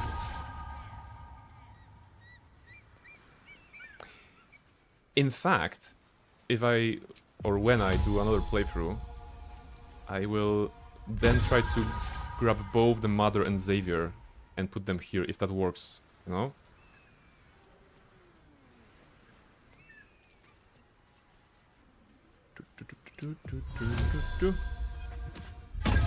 Come on. I guess two things can happen. If we're gonna start to move, the game may not recognize her positioning and she's gonna fall down, for example, or just be left in midair or whatever. Maybe she will back or something. Or the game will recognize her model, her actually, you know, hitboxes, and will pull us back together up. Okay. Everybody on board? Ready to go? Let's see. 1, 2, 3, and... She's going! She's going with us! Alright! Okay, so now we have a pet eagle. Now we have the pet eagle. That's how you get a pet eagle in Baldur's Gate 3. Okay! So, we have arrived. Thank you, Reshka, thank you.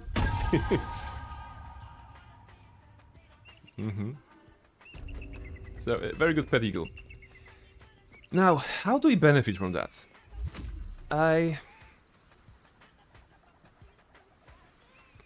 There are no more fights outside, aside from this fight, which I, again, don't want to fight right now.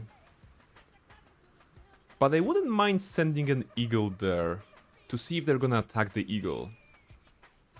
It's gonna be very mean, you know, sending the mother to her death. But hey, we are here to reunite her with Xavier, right? So might as well.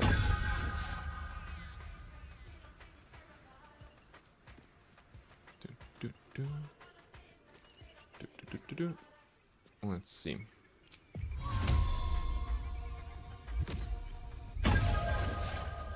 She's far away from her nest. We have to appreciate her journey, you know? So they're gonna be there, right?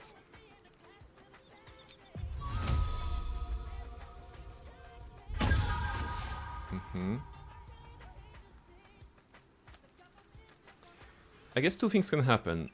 Those are the enemies by default, right? So they can try to attack her, I think. Or they will not be bothered by her. So let's see. When I go there. Just put it there and run. No time to dally. Run, because... Oh! Something's happening? No? No, they're not fighting. Okay. I thought they're fighting. So she's just chilling. But we actually pulled a ghoul here. Okay. None shall see. Can we get a ghoul here? Or I think we can do a very safe kill if we put a ghoul around here, right? Let's do it like this. Turn-based mode. Minor illusion. Trigger. And run. Tread softly. Because ghoul is 28 HP, I think that's pretty comfortable.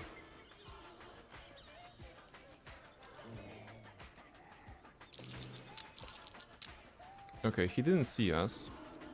I have to survive this. 96.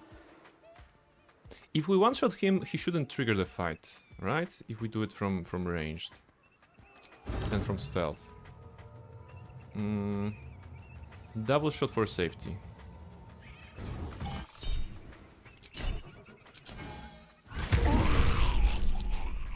It actually started the battle. Okay. We were surprised on the enemy. So they knew. The eagle is here. She's chilling. But we don't want to fight those guys. Not in the slightest. So we run. Got to move. The problem is that the ghoul will get rest. Unless... Wait. Okay, we're outside of combat. They don't know we were here. So we're gonna grab the ghoul's body so that it can never be resurrected by the shepherd. Right? Unseen as I was I think told. that's doable. Off I go. Still, the mother is not helping. I wonder if we could somehow trigger her combat AI on those guys, but I don't think it's possible. Anything here? No. Pick up. There you go.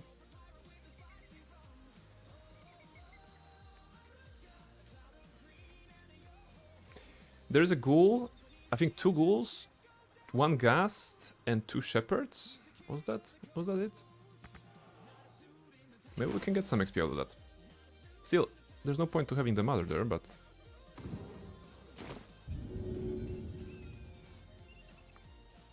Can you not throw it?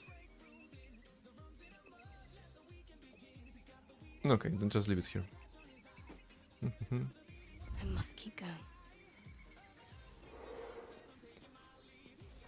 She might call for other eagles if you hide her. That's true. That's true. I mean, the objective is to get XP out of her. Right now, I mean, we had an adventure with her, a great ride with on a cart.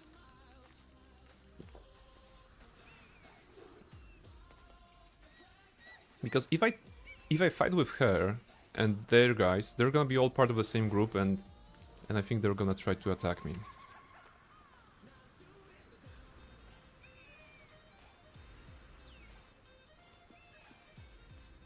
Let's see if I can bring another ghoul. Yeah, there's a ghoul here. Turn-based mode. Wait, exit TP, stealth burst.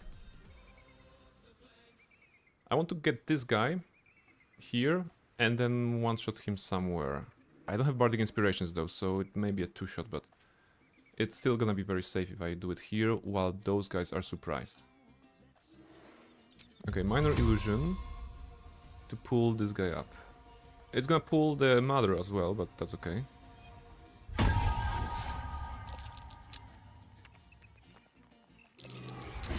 Okay, that wasn't optimal. The enemy is surprised. I have an action. Oh no, the path is interrupted because of the eagle. Yeah, Dead Shepherd, Ghast, and 2 more ghouls. Okay. So the best bet is to kill this guy as... Oh no, it's so inconvenient now. Damn it. Okay, I have to do it like this, right? I have to shoot and then run. Give me 80.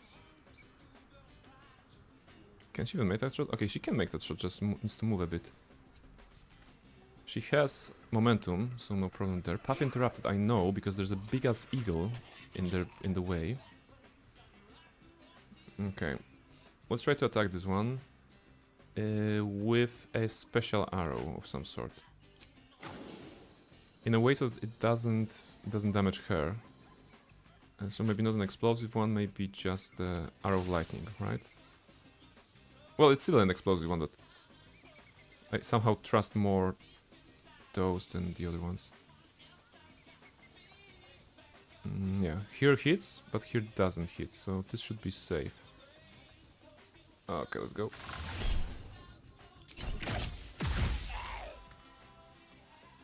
Eight damage? Oh, I missed the hit, I think, and it didn't do my regular damage. I think I hit the ground instead. Okay, well, that's what you get for the very precise pixel-perfect shots. Okay, they're still surprised. Now they will not be. But now I can... You know what? No, that's bad, actually. I can just flee combat from here. I should have stayed, shoot him again, and then do something. But maybe now he won't go back. Let's see if he actually gonna go back. I'm gonna take them one by one. We need to park our eagle, actually, because she's in the way a bit. So get her first here. Oh, Lady Esther also joined. Wait, can we use Lady Esther in this fight? I guess we could, right? Because they would attack her on sight. Where are you going? No, no, no, come back! Come back! Where are you going? Come back! Ah, silly bird, come on.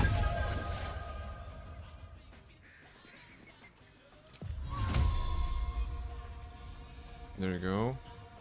What's that? Grunt. The two of them are talking. Okay, are you not moving? That's good. So please move yourself there. She clearly likes the ghouls. Why are you coming? No. Okay, she's not coming back. Please, just move. Please be there. Be safe.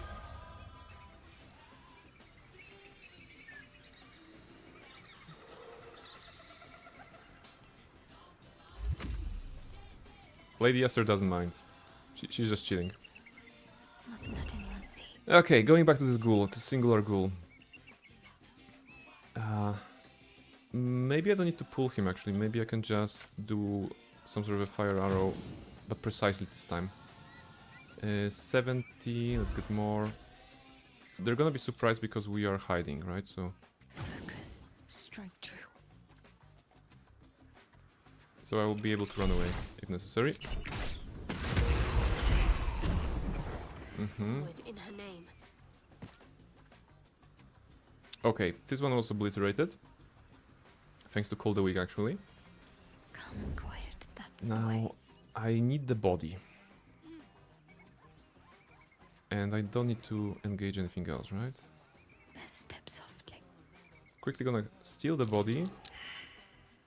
Wait. Something's coming this way? No, it's just this one. The shepherd can resurrect them, right?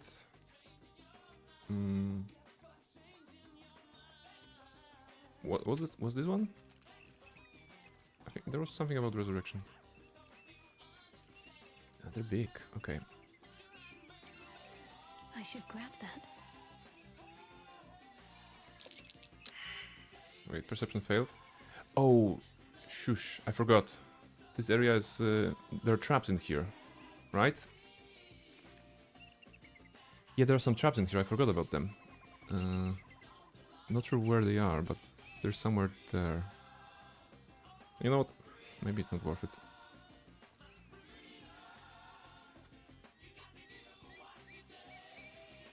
It's okay.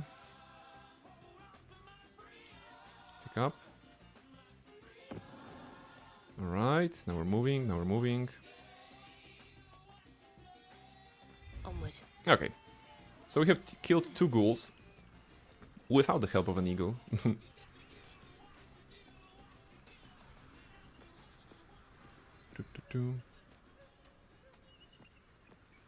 I wonder if we start the eagle here, would Lady Esther be on our side?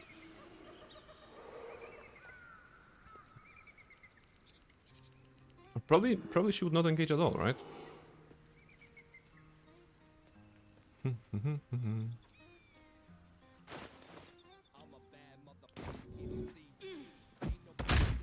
There we go. Now the other stuff we can do here. No, still don't want to engage.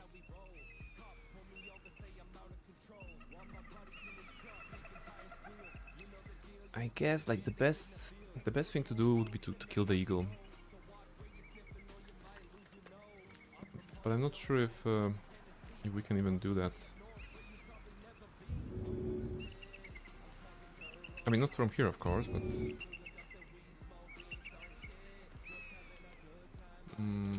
illusion.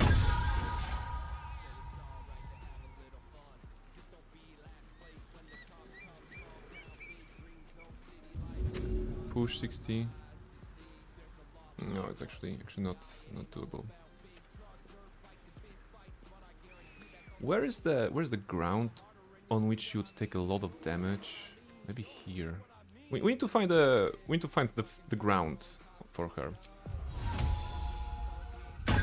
She didn't want to help us fight the undead, by which I mean she didn't automatically aggro on the undead, as well. Of course, she shouldn't.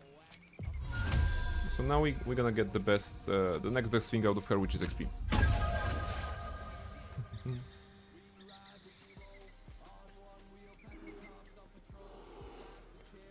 Like,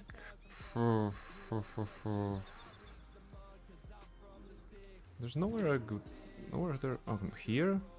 That's not a good angle. Maybe from here we can actually throw her into the chasm that will count as a kill. Maybe this area won't count as a kill, but those will. I don't know.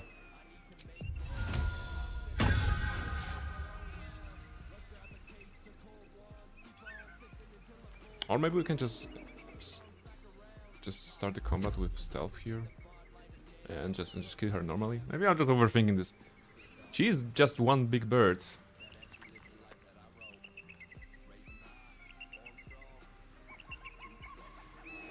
Okay, for a moment I thought that we can put her here, shoot her to start the combat, and activate here to just let her ride down, but that would just disable the combat, right? Because of the distance. So yeah, not so exciting.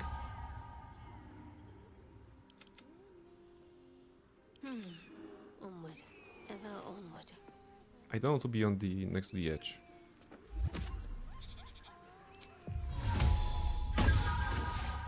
Oh, we don't see that one? Come on. Oh, sorry. That was too far.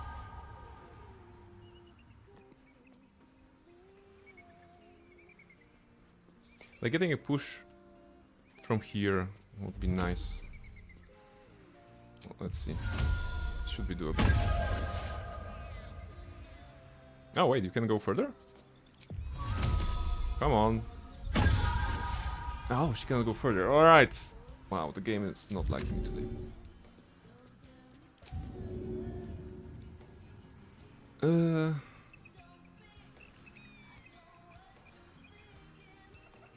Maybe we should start the combat and then push her, so that the game will recognize it's a combat kill and then give us XP, right?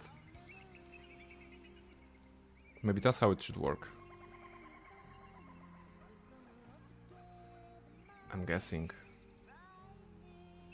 Because I don't want to miss XP, of course. We're close to level 6, and I would love to have it before heading into Githyanki Crash or anything like Grimforge, for example.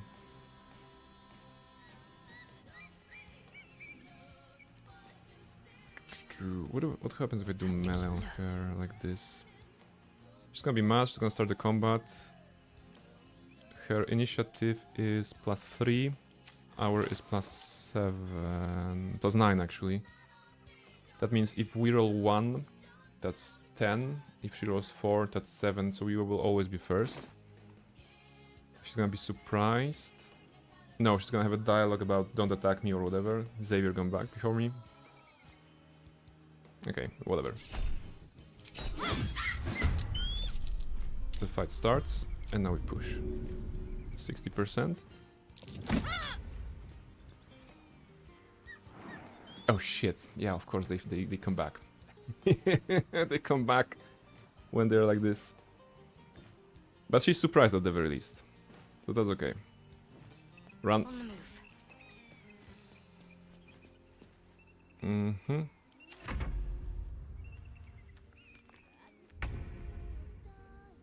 Wait, 2 giant eagles? Is that Xavier? Is he alive? Oh my goodness! I think he landed on a shelf, and we didn't see that because of the drawing distance. This is Xavier. He's still alive. Yeah, because this is the lower path to the Githyanki Crash that you can take. So he actually didn't die. We just didn't see his body because his model kind of disappeared. Okay. Okay, now I have to be careful. Because I don't know if her summon... Maybe she won't summon. If I do silence on her, right? I could silence her, but at the same time I think that massive damage is the way to go. Do I have... Yeah, Roaring Thunder won't work. We know that already. Darkness. Silence could be good.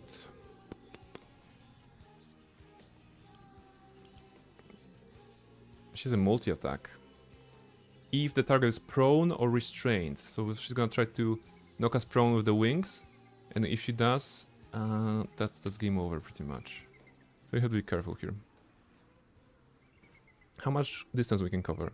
We can cover a lot. And if I add to this the bonus action of jumping, maybe even, yeah, that's pretty far. I think further than she can do.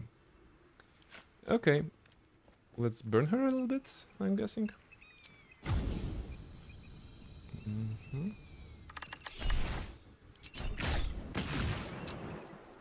Okay. And let's take as much distance as we can. And as close to the wall as we can. She's at 48. Cry for help. Where do they spawn? Perfect. That screeching is bound to bring more of them down on us. Okay, down on us, but does it mean they spawn here? I don't think they do. I think they would already spawn in the combat if they were spawning here. So they must be attached to the nest. Unless calling reinforcements is what... Yep. This creature's allies will appear next turn to defend it. Okay. Oh, well, now she's too far. Maybe running her away that far wasn't a good idea. But still, I can hide here, right? Can't attack what can't be seen. Let's see. Signaling. Okay, they spawned, but where? Yeah, okay, they spawned at the nest, so they are not danger. This is 1v1 at this point. Despite those 4 being here, one of them being Xavier, it's 1v1 because she's just there.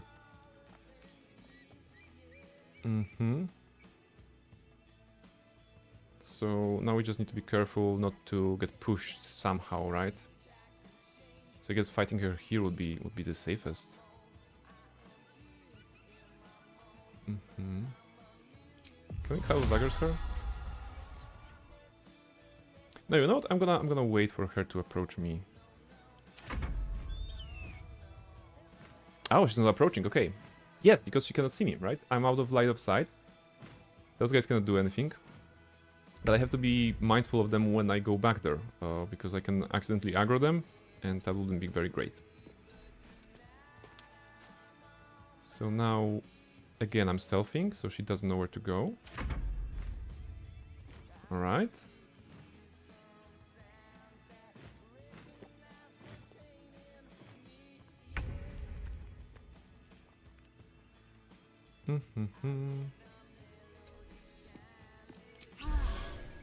Get a bless, 95. Get me something nice, like ice. After that we can move, oh, not that far away. End turn then.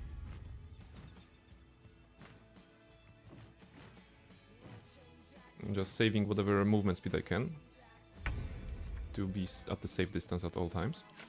Because now I'm gonna shoot. She'll probably know where I am, right? Be precise. Good. Okay, she's low. Have to keep going. And now if she knows where I am, she's gonna follow. She does, but she's dashing, so no attack for her. Okay. I think we got this. Because she's facing us. Ooh, one of them flew actually. Where are they flying? Are they actually trying to find a way? No, impossible. Yeah, they're gonna be just chilling on the edges there.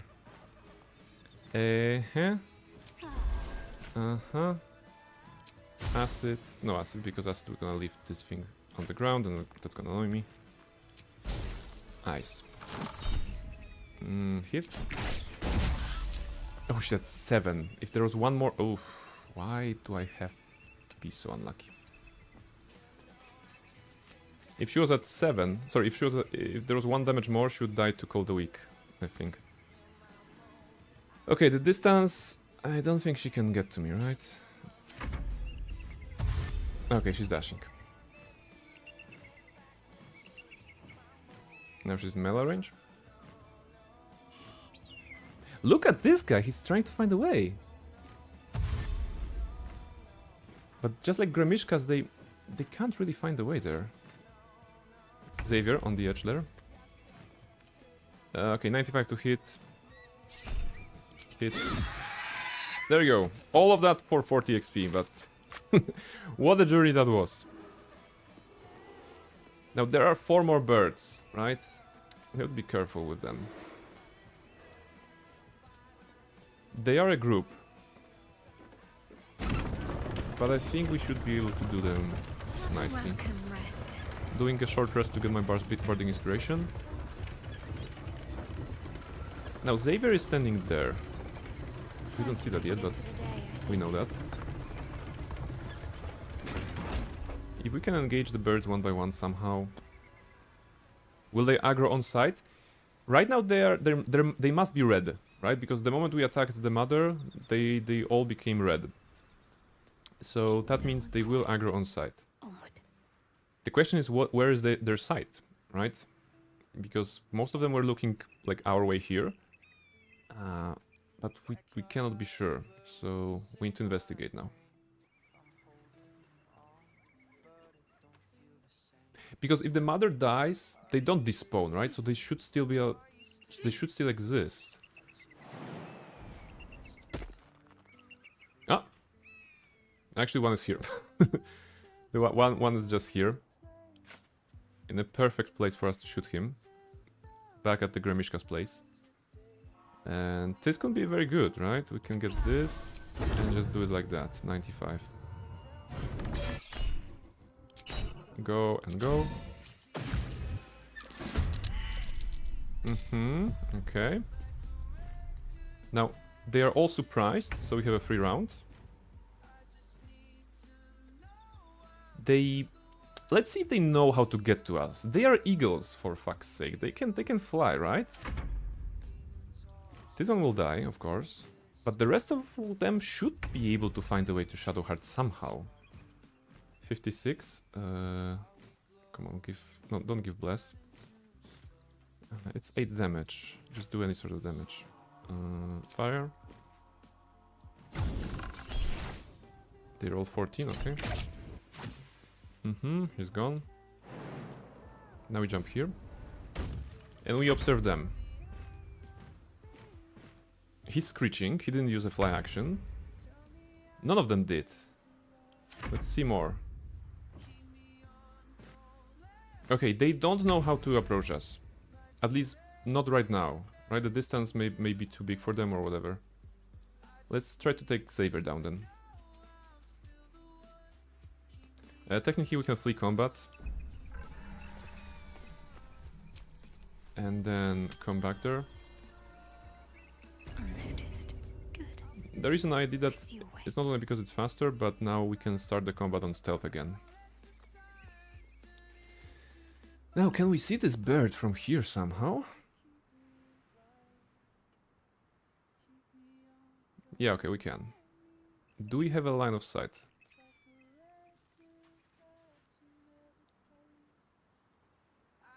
We do. Now, what is the risk here? The risk here is that if I start the combat and stay here, one of the top eagles will learn that they can fly down and push me out of out of this. So I guess I don't want to stay here. I'm gonna shoot and then run away and see what's gonna happen. Actually, wait, can I one-shot this? Maybe I can one-shot this. Yeah, let's try. Okay, the second one was a miss. But stealth was successful, so he didn't see me. Oh, he's trying to climb. Wait, he's climbing? He tried to climb. Okay. Okay, that's not great. Not a great position for us to have him here. Because I don't have a line of sight. Maybe if I do... Oh, shit, he's coming back. Oh, is he coming back? No, no. He tried to came back somehow, but... Let's try this way. Let's try this way, exactly. He's climbing a bit. Must not anyone see. And now he's going... What? Going back? Okay. The AI in this game, like, Tread carefully. always surprising me. The good thing is that because they are already engaged in combat, they're red, they won't heal to full, right? So if I do this another one... Path interrupted? Okay, it's gonna work. Trust. Woo. There we go. Goodbye, Xavier. Have to keep pushing. Another eagle down. So that leaves what? Two of them at the top. Okay, should be easy. We're climbing there, guys. We're climbing to level 6. Eventually, we're gonna get there.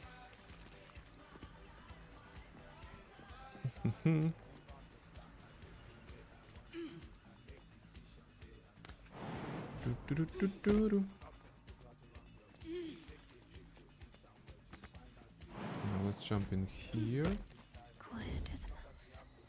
And I guess we can go through here. This way. Open up. And see what my touch can Knock do. knock, it's Shadowbard. 15. Ugh. Huh, there we go.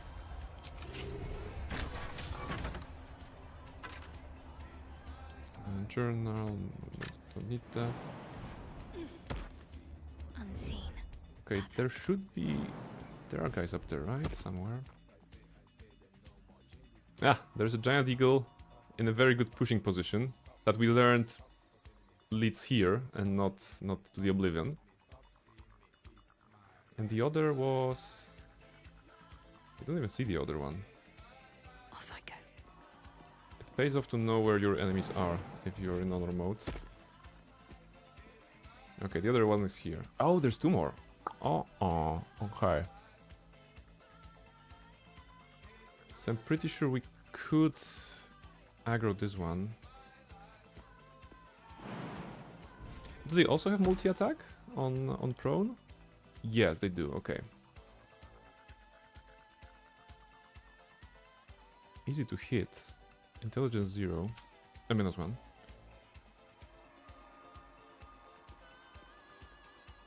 Maybe we should... Maybe we should throw the kobold at them. That'll be something.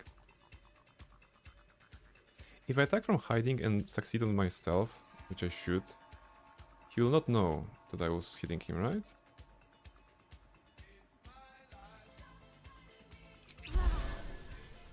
Let's do it like this. Turn-based. And my backup is to go down into a room, right? Because into a room there's no way they can like fight me against her. Oh. Okay. So the bad thing about the slashing flourish ranged is that it has a different arc, I think, from regular shot, right? Does it? Okay, will it hit? I think it's gonna hit. And what about this? Yeah, this one is not hitting because you don't see an angle here. Just the regular then. Can be lightning. Fall, damn you.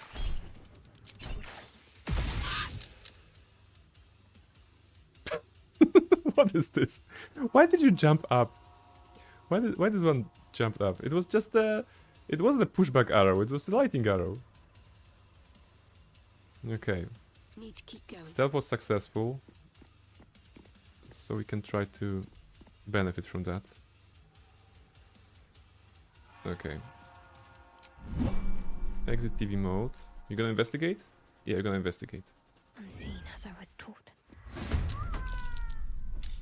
Okay, for some reason Shadowheart decided to drop as she was moving around. So that wasn't the plan really. But it's acceptable. We are aggroed by 2 eagles and we are at a very safe space from which there's no place for them to push us. The question is if they can go down to us to actually fight us. Got to press on. We know they can, because this one went here. So I guess we're gonna let them follow us? Not the bravest strategy, I'll admit.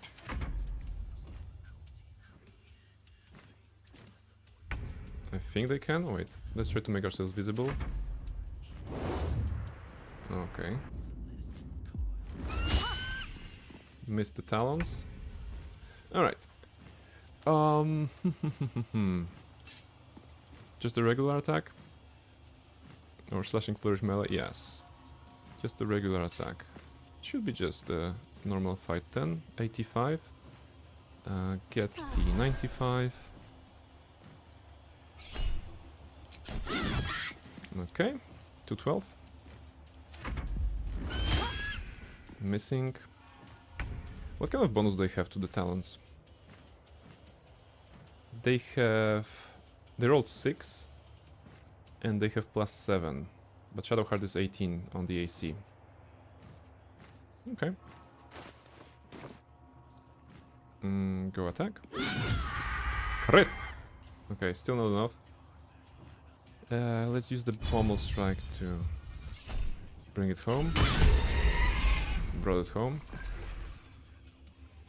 As you can see, pommel strike did not knock him down, but knocked him dead, because pommel strike will do bludgeoning damage that will daze. It's gonna count as a non-lethal attack, but there was a psychic damage from Cold the Weak that followed the actual damage from the pommel strike, and therefore triggered the death. Okay. Are you telling me that this one cannot find the path? Okay. Well, let's help him. Now it's 1v1, so... Maybe now? Come on, you can find the path, little guy. I believe. Oh, you cannot? Should I just sit here? Come on. Okay, he cannot find the path. But I think he's lying to me. I think he's trying to actually get something out of it. Nourish, thank you very much. Where's my tea? My tea is gone. Okay. Just a break to get the tea? Not a real break.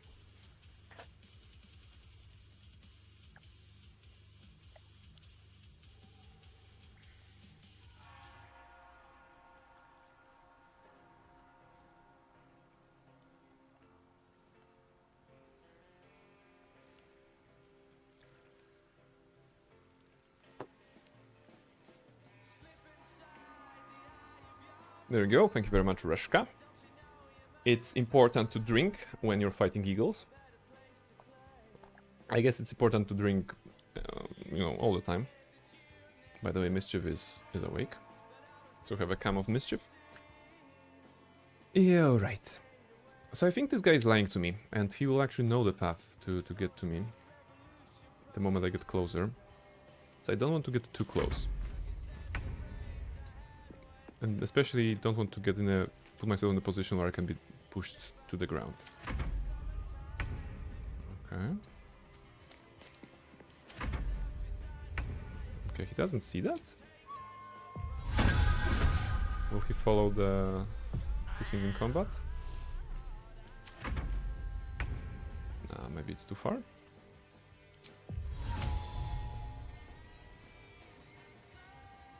Yeah, it was a bit too far. Yeah, okay. We need to approach it from the different side. Actually, we can flee combat. And go back. Perfectly hidden. Need to tread softly. Come on, here.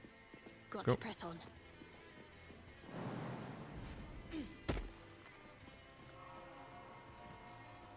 Giant eagle, come on.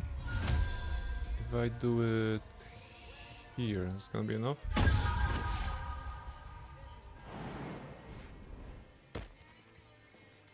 It was enough for one of them.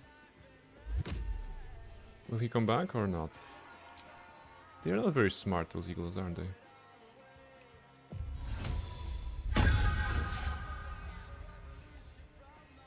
Unseen. Now he should move around. Yeah, just like Xavier did before. And his mother.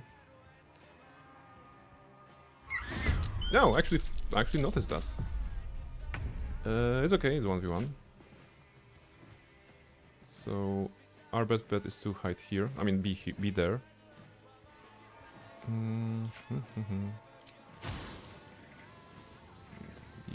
The angle is not great.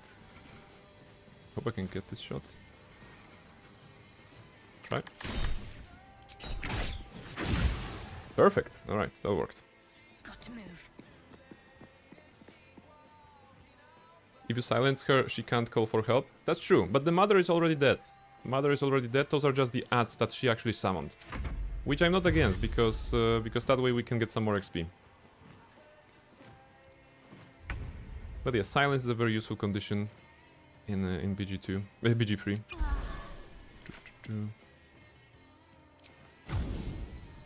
72 acceptable.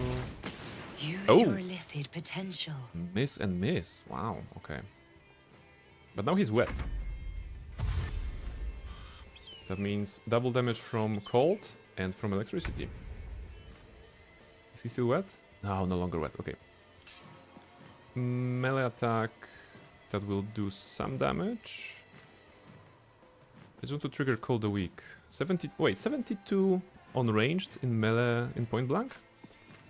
I like those odds. Damn it. Okay, I mean, should have pushed him then. Yeah, it is still pretty safe situation here, so.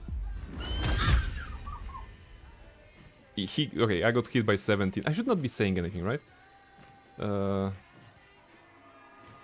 Let's do the melee, regular melee attack. Yeah, should have led with that.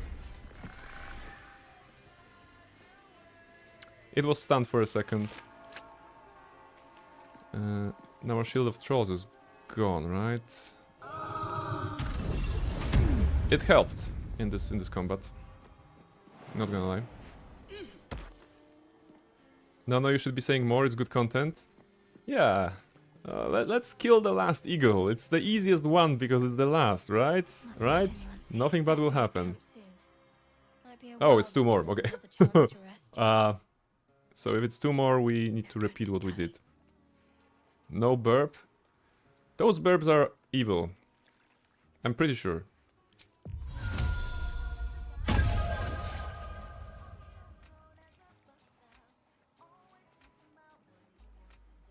Rude. He ignored this one. It's actually not great because I cannot get him here, right?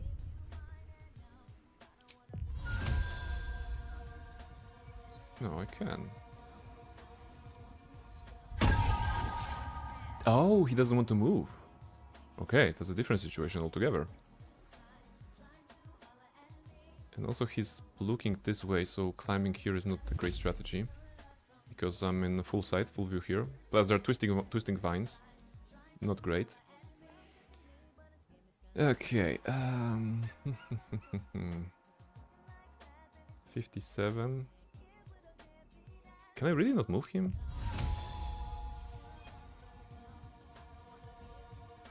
I'm seeing Shadowbard climbing, I don't like this. Okay.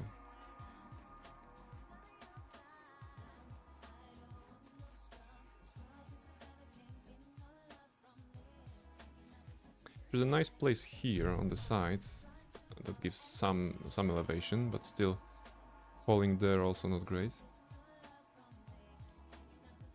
Okay, the safest place we can go is here.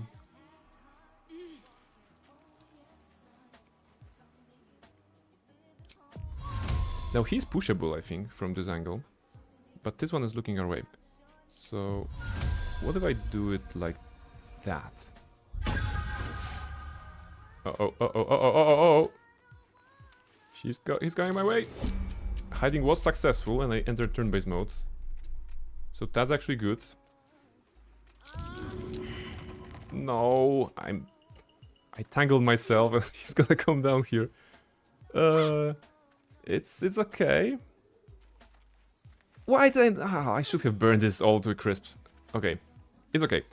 So what's gonna happen? He will go there. We are still technically hiding, and the hiding was successful against him when he approached us, so he should not engage us, right? Exit TV mode. There we go. That was a close one. Okay, for some reason he went around to look at this guy. Will he come back now? No, they won't, right? We learned that by repositioning them we can actually make it pretty safe for ourselves. Okay. Still should burn this. Give me Alchemist Fire.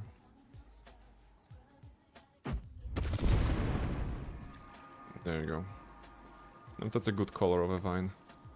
Blistering red.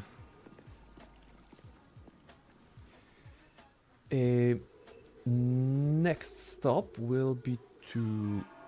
Actually, I would like to have him turn around, look here, sneak behind and push him. So to do that, I would need to have him look at this somehow. I don't know if I can do it. Right. His line of sight ends here, right? So None shall see me. so actually that's good enough for me.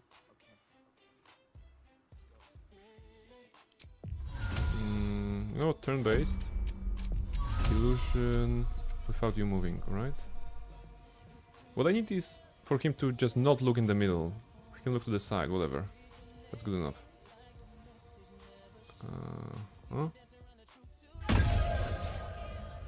Okay, he's looking in the right way. I see a way. Now I'm gonna retreat just in case. He's gonna turn to the cat. Okay, his line of sight is still... The cone is still here rather than the middle. So that's doable. Now the question is there a push angle? There is a push angle. Okay, so that's super safe. Now let's push this guy here. He will end up damaged and he won't be able to join the combat. The combat won't start even, I think. Important thing is to not get tangled in the vines. I wouldn't want to be on the receiving end of that thing. Yeah. Maybe that's what happened to those gith nearby. Let's see the angle. Yeah, very good one. I like this one. 91, super good. Go.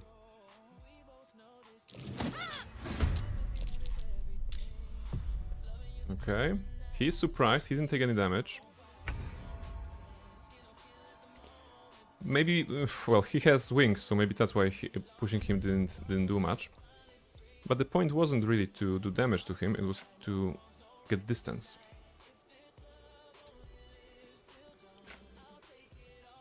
$72, surprised. We have a Barding Inspiration. Okay, let's go with the Arrow of Ice.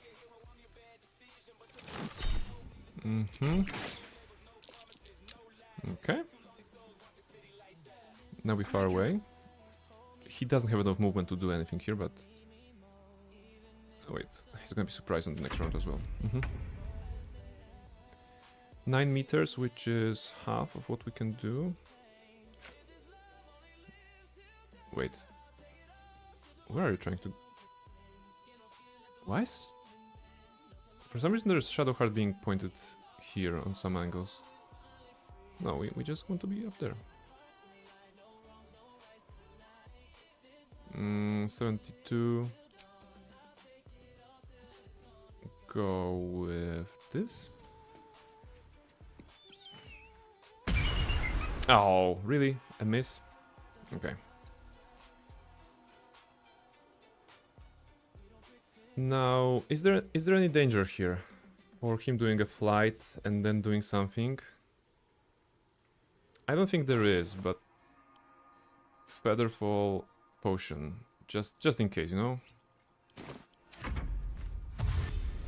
Yeah, he has a dash. And what, that's all? Okay. Now the problem is we won't have an angle on him. Smart combatant. Okay, well, we have to take the long way, I guess.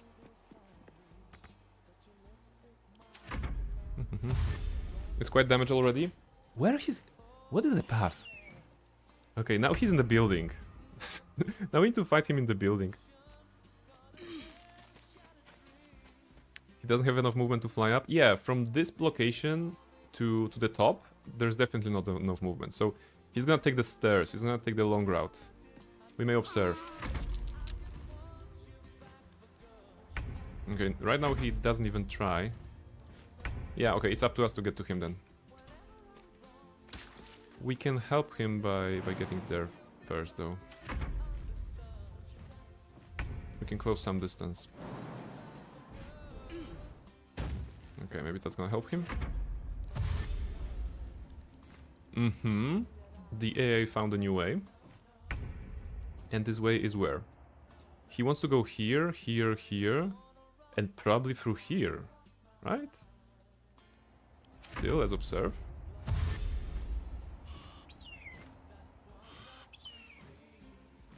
Not bad. After the Eagles, I think we're gonna go to the Underdark and try to get the Arcane Tower. Okay, he doesn't know how to get there. Come on, you know. Yes. No? Okay. You're super smart, I know. Keep pushing, dude. Look, you can get to me. Mm-hmm. Do you have the collar? I do not have the collar. I did not dig it up. I was afraid to go to the grave because of a possible bullet spawn there. And I would rather avoid facing bullet on this run. Oh, no angle? Come on. Alright, let's do it the hard way.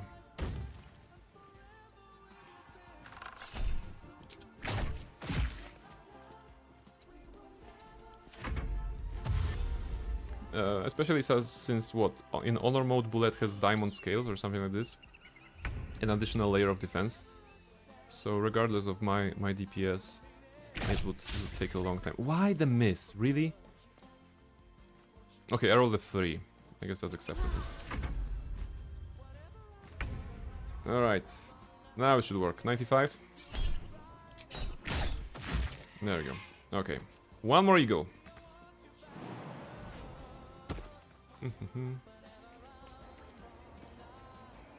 One more eagle and then we can go to the Underdark.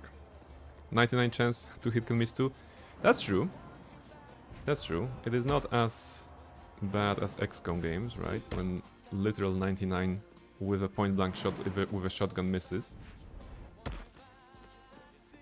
But still. A rusty longsword. Oh, that's gonna be needed later. Ah, there's one more here, right? So, let's not be stupid, right? Is there any way he can throw us down? There is, of course. Calm and quiet, that's the way. But we can... Yeah, this is safe here, right? We're gonna shoot him once from ambush. He's gonna be surprised. We're gonna shoot him second time. Then we're gonna go back here. He will have to use the dash, end up around here, and then we finish the job. I guess that's gonna be the plan. We will start with Arrow of Acid, because we know that he will not move during his first combat, so that will make us easier to do the second shot. Because of the -2 to AC. Right? Surprised, of course.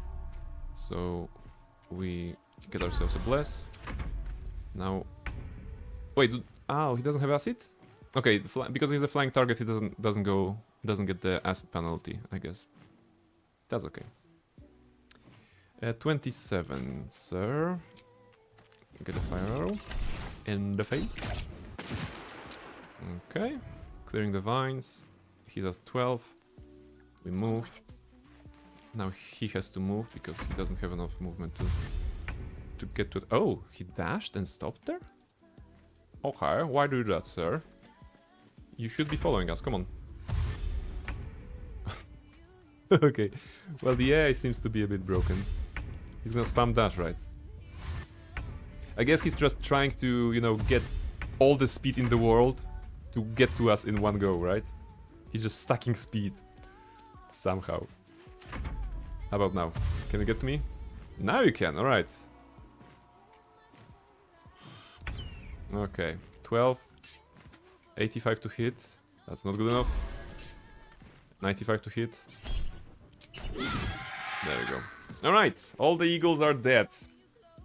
I think, what? Was it like an hour and a half of doing eagles? Okay, all the eagles and a couple of ghouls. So that's actually a win. And yeah, Shadowheart still lives. So I guess that's the most important thing. Shadowheart still lives on the very own, very solo Shadowheart Honor mode runs. That's good. Okay, before I forget the gloves, let's get the gloves. The chest should be there, right?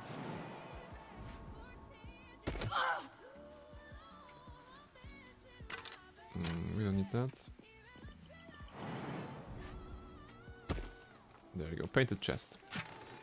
Oh, it's not the gloves, it's the helmet, right? For radiant damage.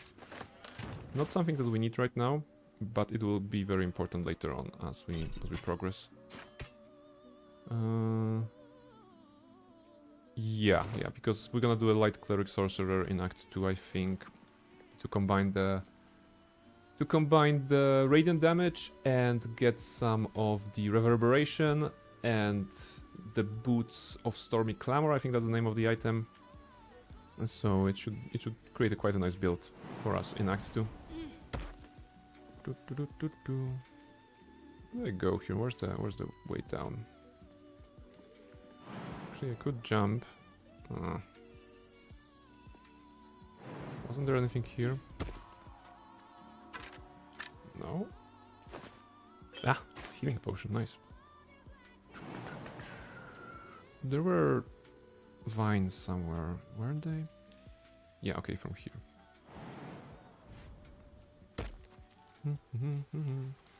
Ooh, but can I get there?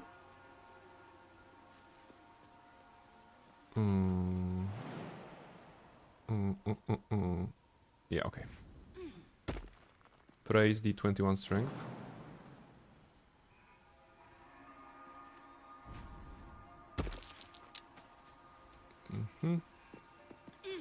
And now we go down.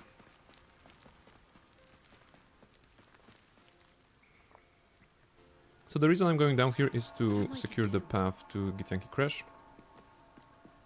It's not that important right now, but I think if I start the Blood of the Lathander quest with the... Oh, okay. It's gonna take damage. Shut up. We're gonna get some XP by exploring this place.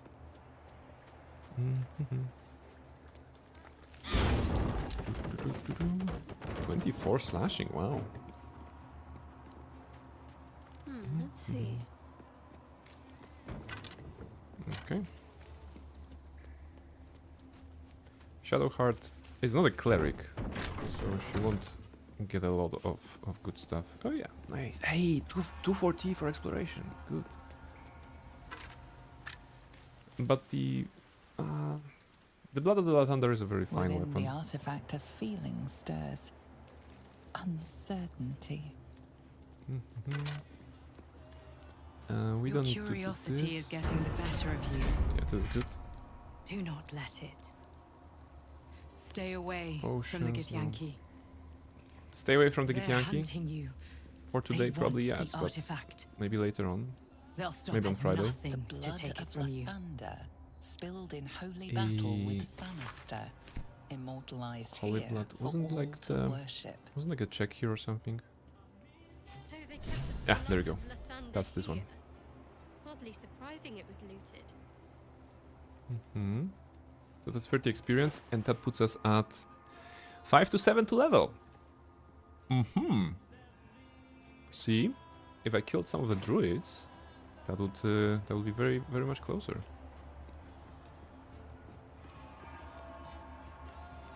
Okay, Githyanki Crash, no, not this. Although wait, it's a good idea to get to Githyanki Crash, actually, because during the off stream I will be able to do the shopping there and prepare for the Zytisk. The question is, how does this play out if Lae'zel is not in your party? I think you have the ability to talk to them, right? As you enter the Githyanki Crash. They won't attack me on sight. Blue Jay gets a comfy nest. Oh, we should go back to the Blue Jay, right? As well. BG3 wiki. And actually BG3 wiki, Githyanki Crash. Entrance hall.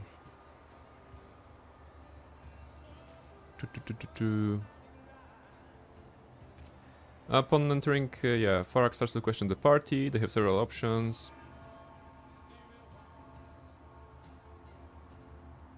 Depending on the outcome of the party's conversation with Kidrak was, the party can have the option to say that carrying the weapon he was seeking. Sure, we can show the artifact, but we probably shouldn't. Wait, we shouldn't probably. Failing either of those checks causes her and nearby guards to become hostile. Okay, performance 30 to speak as Avatar of Queen Blackith. DC 18 if you're a Githyanki.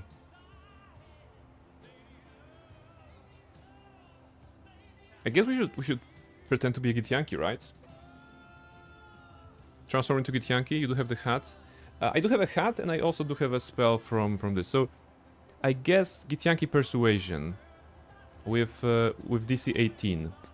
Yeah, that's easy, because Persuasion is the thing that in which we have expertise. So we have +9, and we're gonna get the enhanced ability as well on that check. So no problem there. All right, so we're transforming into Githyanki. And we're gonna go for the ring. Which one was that? Shapeshifter's Boon Ring. Yeah, so it's gonna be very easy. See what we have here. We are a Githyanki now. Don't tell anybody that we're not. Plus we're about to get a level. Ooh, 167. Okay, good evening, we are a Githyanki. Hello. Halt! We were not expecting visitors, King. What brings you here? Normally I would click fast through the dialogue, but I don't want to blow it, right? So yes.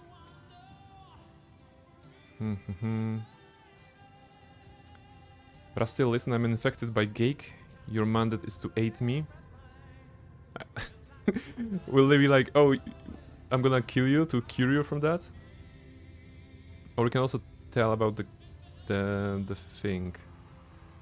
Wait, double check on the wiki again. You have the option to say they are carrying the weapon. This has the benefit of allowing the conversation to conclude without mentioning the presence of any tadpoles in the characters' heads. Farak asks the party to show the proof, and Githyanki have the additional option. Okay, so we say that we have the weapon, and then we're like, we're gonna go to Kidrak, not to you. So Kidrak Voss instructed me. Is that so? His efficiency is to be commended then, as is yours. Produce this weapon and you may pass. And now we do the performance. Yeah, that would be great, but this is safer. Persuasion. Wow, we have +12. We leave nothing to chance. We do Eagle Splendor. That's +12 with advantage. Okay. There was an option to roll 2 ones, but of course we are better at this game. Forgive me, Rastil. There you go. Our nerves are Yeah. Go. Shut up. And that's a level up. Nice. Nice, nice, nice. We have a level up now. I will have to think what to do. Do I continue as a bard? I heard they're making us join. Yeah, I think at this point I still gonna do the bard. It's gonna only give us counter charm at level 6, right? So it's not super exciting. It is. Oh, sorry, it is super exciting. It gives us extra attack already. Yeah. So now we do more damage, which is nice. I don't think there's anything I need here. Hypnotic pattern. I'm gonna grab it maybe for whatever reason. Yeah, okay, it doesn't matter.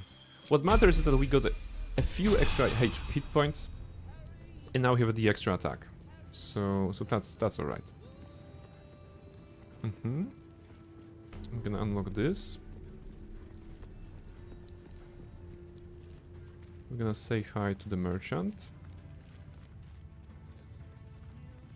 Ugh, blood. The filth of these people. Alright. Unbelievable. Trait. Ooh, she has potions of supreme healing already. Yes, right, because level 6, so we have better inventory.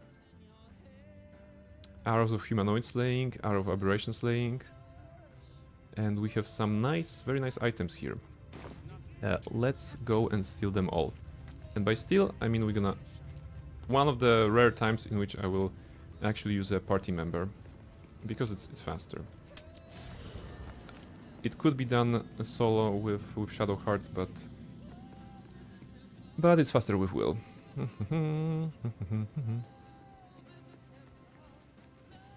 Time for a conversation.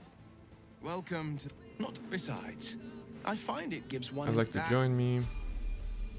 Now, A hero at all. remove. Now we have this. Is it bound? Is it hexed? Okay. You leave camp. Okay, Shadowheart, you could have stayed, but whatever. Pa, pa, pa, pa, pa, pa. I'd heard this plane was disgusting. Straight. But I didn't think it would be like this. You know the drill. We make her like us. Then we get her gold. And then we get everything else. What do I want? I want this. Actually, bunch of arrows. Ooh, arrow of construct slaying. Okay, definitely the gloves. The gloves are cool. I'll get this back.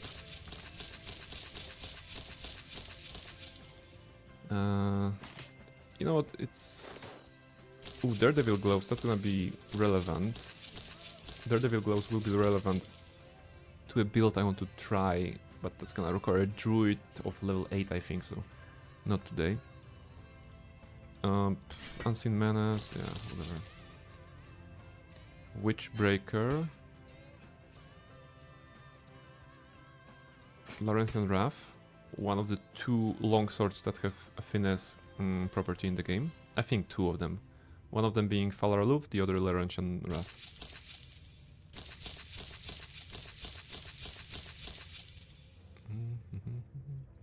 Knife of the Undermountain King, very important thing for crit builds. Maybe relevant to us at some point.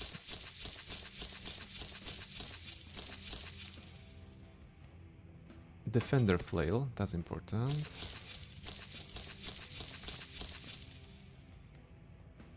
Basically everything, you know. Everything that is relevant here.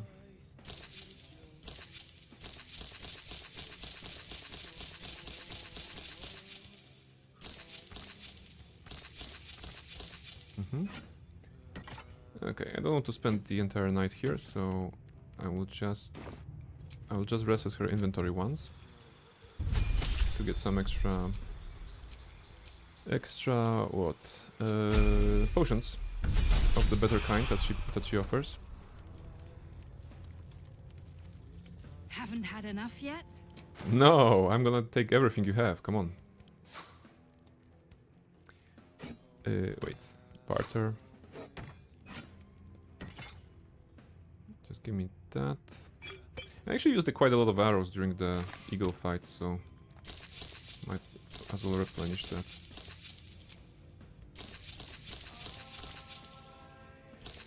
Okay, this time she didn't have a lot of potions, but yeah. The potion of supreme healing, very nice. Between 30 and 60, this is absolutely alright. Now we go back to the camp. You should too. I must keep going. And we say goodbye to Will, but not before he gives us the items, right?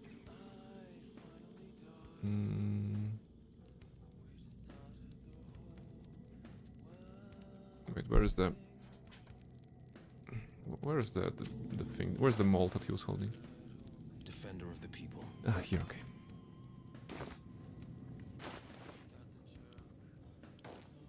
I'm ready. Whatever it takes. Now the Let's try gloves. this way. The gloves are good, right? We have dexterity 16. With the gloves, we can have 18. That's +1 to hit and damage, but -2 to hit damage from the gloves of archery if we drop them.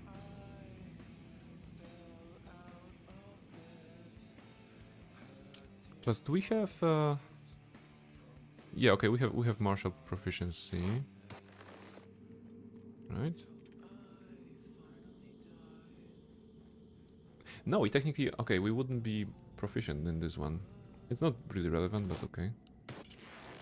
All right, I can figure it out later on. This is important because while Aloof is very good for the skill, this gives 1 AC more, right? So we can get up to 20 AC with this.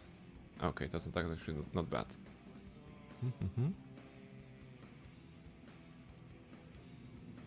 We should get a better shield soon as well. Nothing else is important, so I'm gonna just put it in the chest and say bye to Will. Well met. Not well met. Stay here. Are you sure? Yes, I'm sure. Just don't get in my way. Now what might you be hiding?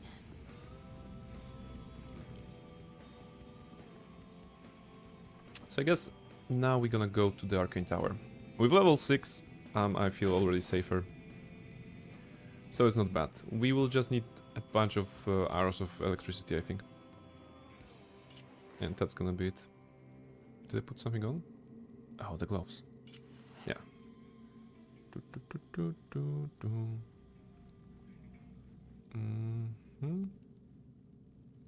put it all here.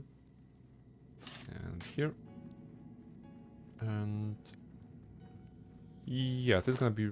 oh, it's like... oh, wait, they actually give +1 to attack. Right? And this one do...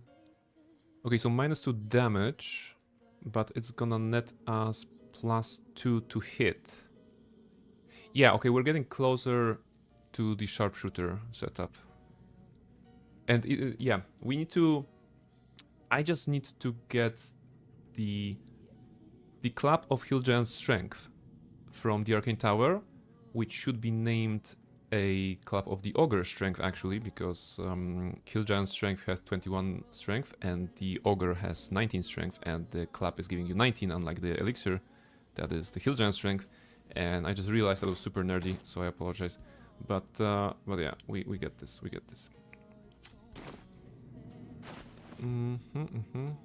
Polar Aloof will not be needed.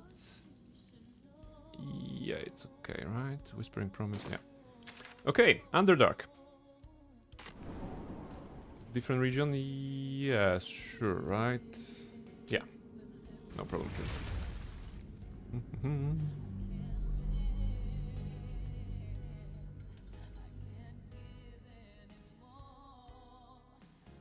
From Arcane Tower, we basically gonna go through it, and I think I don't want to fight Bernard.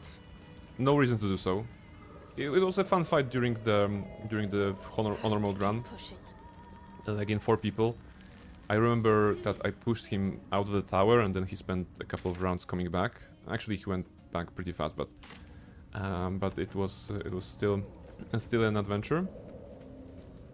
I'd rather get a hack from him though.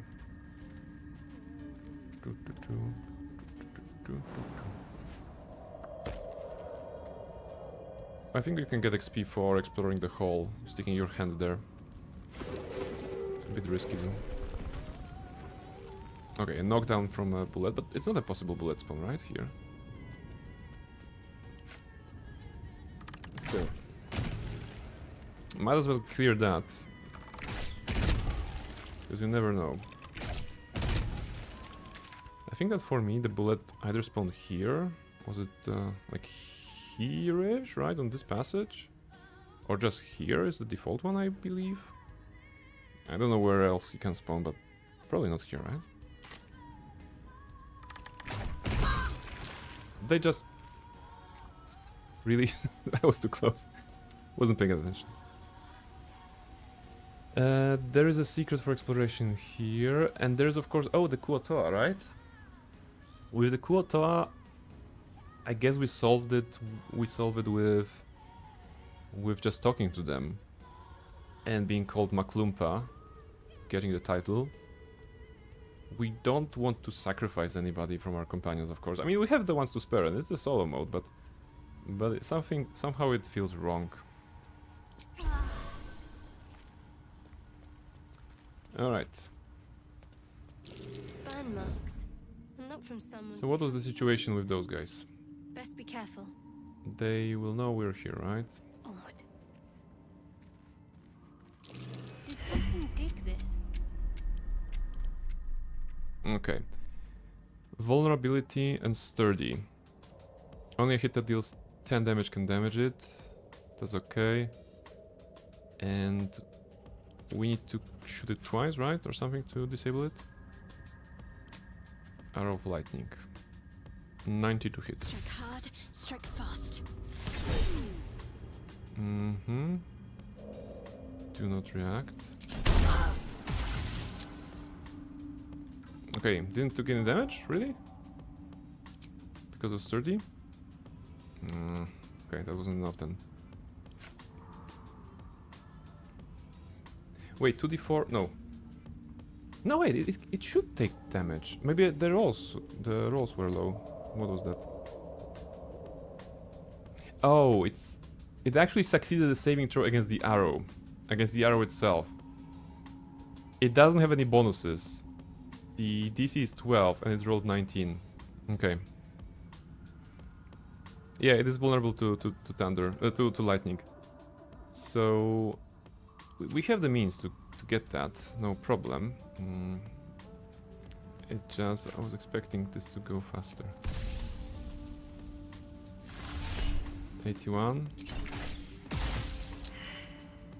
Okay, it took 18 damage from the arrow. Unfortunately, so did... I mean, we didn't took any damage, but... Okay, go with this.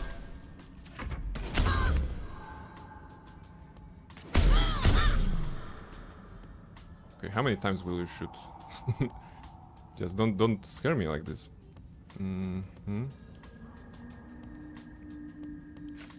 Another lightning. We will have 2 shots, right? We might as well drink this to full. And we're gonna use our 2 shots to get it. Okay, can go closer. 95. Sturdy again. Arrow, yeah, okay, they rolled 12 against 12. That's okay.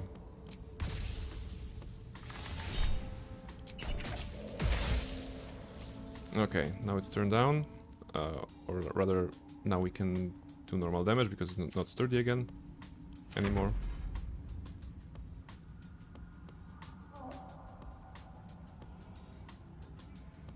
So now normal damage will do, right?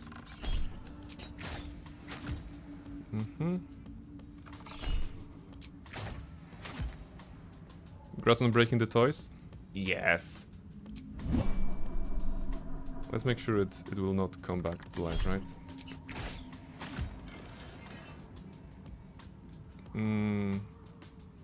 No, wait, they always come back to life to this? I don't remember how they work, to be honest. Or do I just disable them entirely? Come on. Okay, they just go back like this, okay. But this is the inert turret.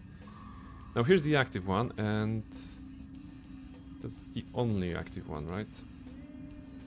Aside from those inside. Okay.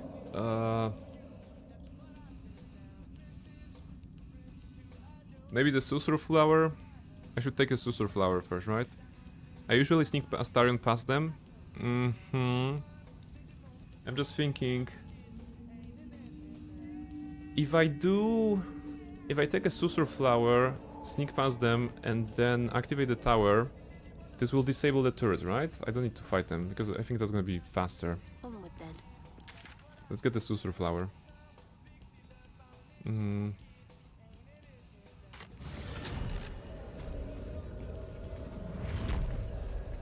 Where's the one growing? Dark. Might as well. No casting for us or anybody. Actually quite a potent thing, potent effect.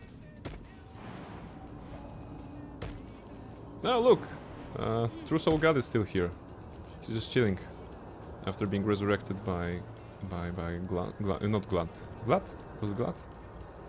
It was Glad. Okay, bitch.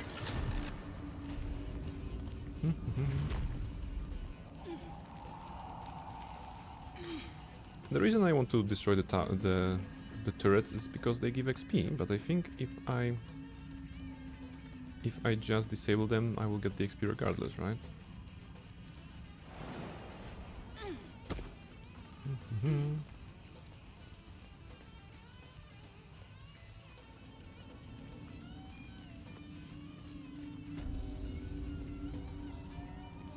Oh, damn it, he saw me? I think he saw me. Quiet as a mouse. Alright. Let's be smart.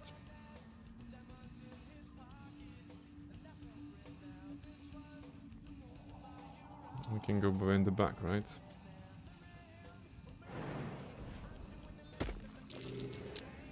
Something over Ooh! there. Treasure! Oh shit! Did it activate? Wait. How is that you are alive again? Is it because of the Susur Flower that activated them? Huh. Wait a minute. That's not great. That's not great. I don't want this situation to be like this. What happened there? I don't understand.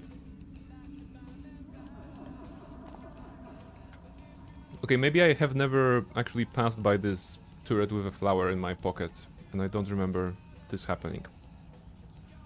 So now the turret is active, but it's only shooting us for a couple of force damage, right? 1d force 3 times, basically casting magic missile.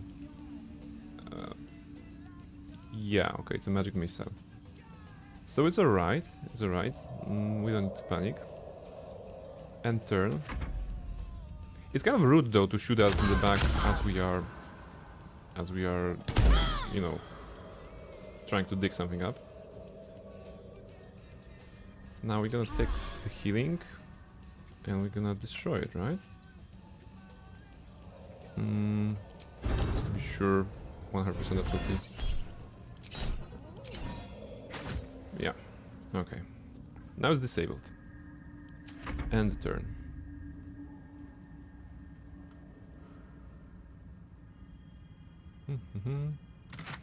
And all of that because I wanted a Glyph of Warding Scroll. Makes sense. Alright, exit TV mode. If I jump here, nothing bad will happen, right?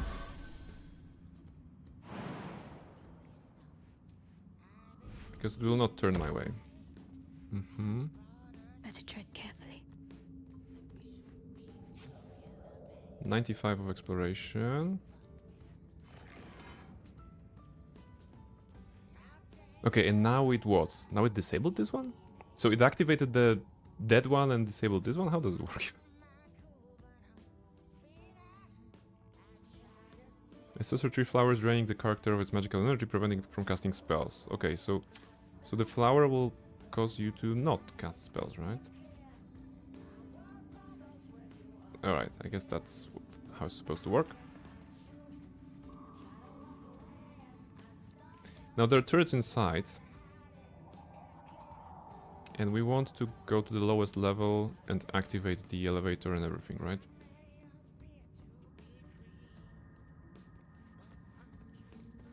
So if I run to this one... Actually, wait. Is it safer to be in the middle? It may be safer to be in the middle.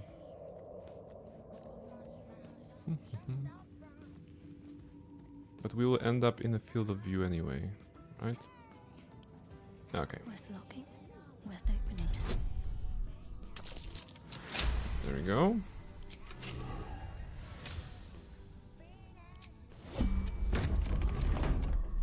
No time for dally. Okay, carefully, carefully. Perfectly hidden. You shouldn't see me, right? And now I'm gonna run to you, behind you, and... Actually, no, I just need to get to the door. Right? Yeah, door, here, down... Actually, feather fall. Yeah. Easy. Need to press onward. Dash. Outside. Oh. TB. No time to waste.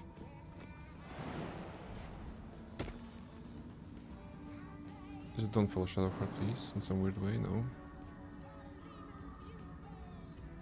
Yeah, you know, Featherfall. Scroll of Featherfall? Oh, yeah, okay, casting spells is locked because of the flowers. So, Featherfall Potion. No, come on. There you go.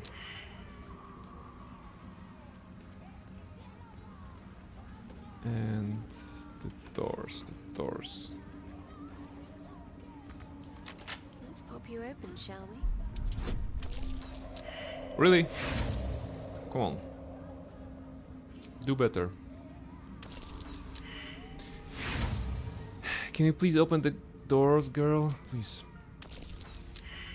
Come on, it's the third one. I know I'm not boosting you in any way, but it's a 15 and we have +7. Oh my god. I'm out of tools. I'm gonna use one inspiration. God damn it. Okay. The doors are sturdy. What does it mean? 10 damage. Slashing vulnerability. That's not slashing. Do I still have the sword? Yeah. Okay. Why would anyone try to open the door when you can kick them in? Yeah, okay. There are no traps here. Just the power generator. And Susur Bloom ×1. Combine. There you go.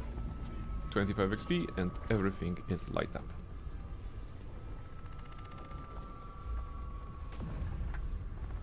Knock. Ah yeah, the spell also would work.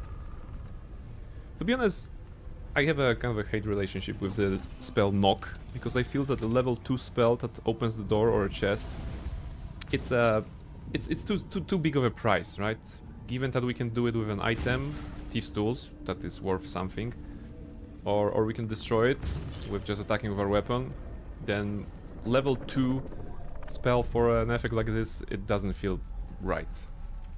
I mean, it does feel right if there's something that is locked because of narrative reasons, for example. Like let's say it's an important door that you cannot lock, you cannot pick the lock in them, or you cannot destroy them because they're reinforced, iron, whatever. Then the knock spell actually makes sense, right? But other than that, it's like, I never like to use it. Okay. So now we can go back.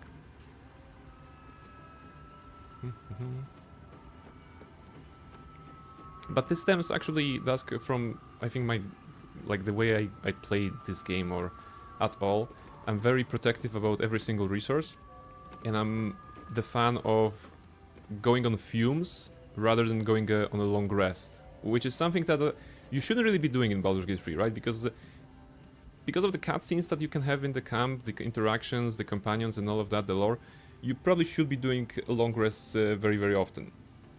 But somehow, in my mind, it's like, okay, I still haven't used those resources, I still have them, so I can still push the adventure forward, you know? I still have the means to go. I have potions, I have spell slots, I have HPs, everything. I don't need to do a long rest. Which is why, for example, when I'm playing with my friends on the weekends, they're more liberal to the approach. It's a very casual, and I think that makes sense, right? But we're gonna be half through our resources, and they're gonna be like, oh, should we take a long rest already because we used some spell slots? In my mind, it's like, but we haven't used them all. we don't need to to actually go to sleep right now. We still can fire 3 magic missiles, which with any luck is gonna clear 5 encounters for us if we really try. But you know, making a rest is actually a very good thing to do in Baldur's Gate 3. So yeah, this is how I see the resources. You know, basically, I don't like to use the knock spell because there's something that I can get the same effect for cheaper. You know, it's like this optimization kind of approach. Okay. So we are here, and this is the elevator. Now, the important part from this location... it's not this one, right? No. We will need to have 3 books. That will give us a chance to learn something about how to talk to Bernard upstairs. But where they are? Timask spores, I think they are needed for later as well.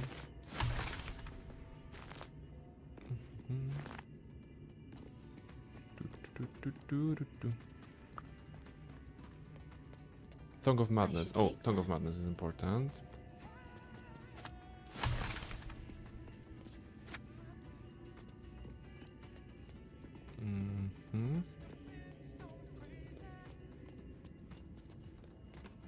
Supply pack. Threadbare book. Was it this one, the poetry? Yes, okay, this is the poetry. I can think of better places to enjoy literature than in the depths of the Underdark. Let's see. No, this is not the one with the... This is the... Okay, this is the outer wall. Is there a chest of the mundane here? Was it? No, this tool that I'm looking for is up, right? True, nothing here. Unless here's something. No, just a spectacular view on the garden, I think. Well, maybe not that spectacular. Could be better. Alright, ascent. Now the turrets should shield, right? Turrets should not attack me or whatever. Nothing here.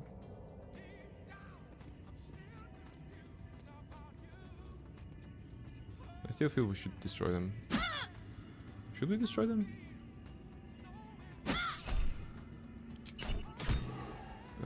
It's gonna be sturdy. Piercing resistance, slashing resistance, okay. There we go. In my first playthrough I missed a lot of camp interactions because I thought camp was physical location you needed to unlock first. Yeah, it's actually really funny, right? You land on the beach and you can already go to the camp, even before you meet Shadowheart, before you meet anybody. And it's actually the location to which you can go. Am I even hitting that? Come on. Come on. Let's go. Give me that. Give me the damage. I know you can. There you go. Yeah, 40 XP. But now it got resurrected? Will it be active now? Okay, but it's not gonna hit me, right? Do you hit me? Tell me.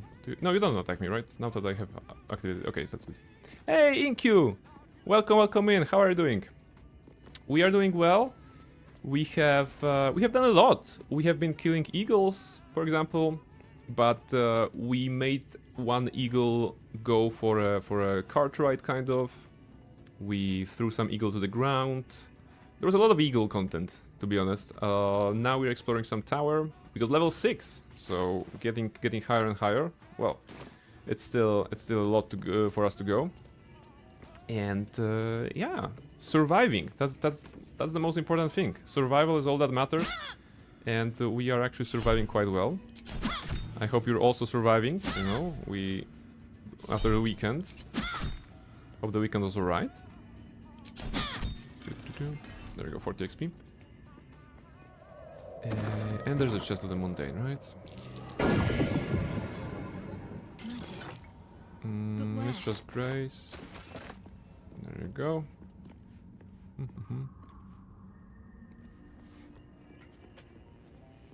First the rats, now the eagles. Place your bets. I bet on bears for the next kill streak. Well,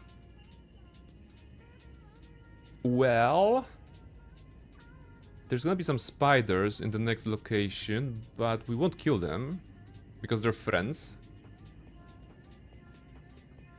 If you count Gitianki as frogs, then that will be frogs.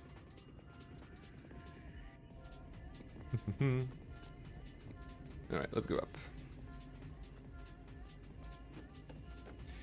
So yeah, camp interactions very important, and just grabbing them in the camp instead of just, well, I have to admit, like my playstyle rather of just trying to avoid camp like fire because I believe I can finish the game in one long rest. It's not a great approach when you're playing BG3, right? This is important, right? Is it? The second piece of poetry, I think. And this is something that will interest Lae'zel. We're gonna pick it up. Of all things, why do the spider get to leave? Because they're pretty chill, you know? There's a group of spiders in the next location that are being mistreated, I think, or shouted at by some dudes. And we can actually be like, comrades, you are free. You don't need to follow this guy. Just break their chains and then run away. So yes. The road to darkness. Okay.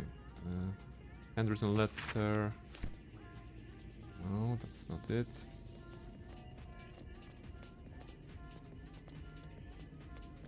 We don't have the collar to actually use this, unfortunately. Are the spiders realistic or do they look like Spinarak from Pokemon? Quite realistic, I would say. 98 with mischief. Ooh, very good. Very good. She's right here on the side here from me. I was waking up. And that's Marcus from Divinity Original Sin 2, as you can see. Character from Another Larian game. Okay, did I find all the things? Oh. Shit. I don't think I have found all the dialogue pieces.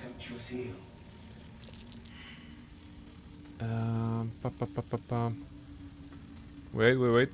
I don't want to trigger a fight here. I'm gonna need to consult the wiki on this one. Just to be sure. Arcane Tower, BG3.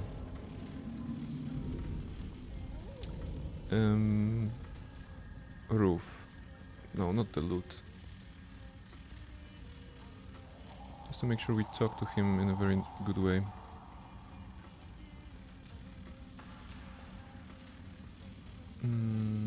Bernard. Yeah, I'm gonna go to Bernard.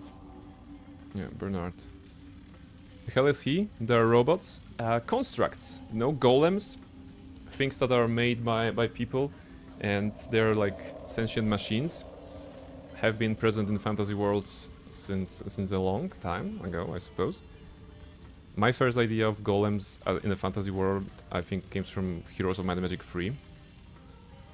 But he has a cool robotic-like design, clockwork design. Okay, and just to double check. Bernard speaks in poetry. They get the option to respond in kind of or out though friend, a rescue from my lonely wake. Okay, that's the first option here, that's good. Out of love for me. Mm-hmm. Not love for blood and steel. Come on, if you feel, my lord. Okay. And now we have to be careful. How can I trust? How will I ever know? How can I show myself, my darkest me? Alright, and this is the one that gives us the guiding light, which we need. Feeding up the deepest secret show. Reveal it. Mm-hmm. You wish to see. Okay, we get a reward here. That's what I wanted. And there should be a stool somewhere, right? Where was it? Was it this one?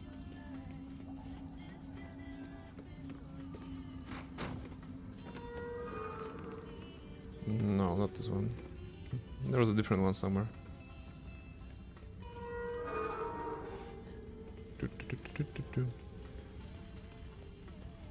But I never saw one in D&D games. Well, maybe not of that kind, but various sorts of golems were present in Baldur's Gate, for example. Neverwinter Nights as well. Those are animated armors, for example, as you can see. So basically a spark of magic thrown into a set of armor that makes them, you know, move and behave kind of like humans. But, wait, if you never saw this one... The silence stretches... The silence stretches... Oh, I think we can do something nice to him. The silence stretches... Yeah. The silence stretches on. I'm all alone. Please, can I hold your hand just for a while? Double check.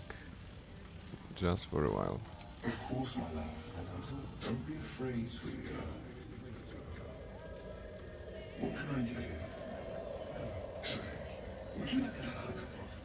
Would you like a hug? Yes, please. It's probably safe, right? Just a moment. Yeah.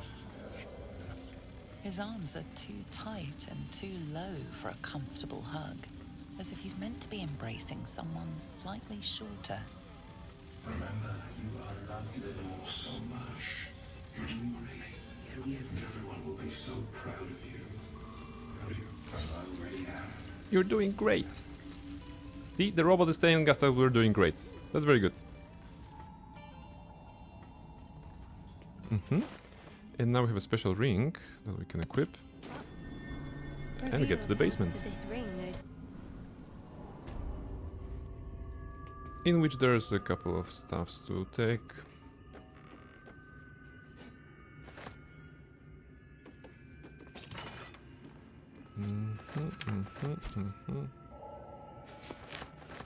Okay, this is irrelevant. But I wanted to get the... Was it the top floor? I think it was the top floor. We need to take a special kind of a chair. Ascent. Ascent. Ascent. And ascent. I don't remember where it was. Actually, you know what? I don't need the flower with me. Where is it? There we go.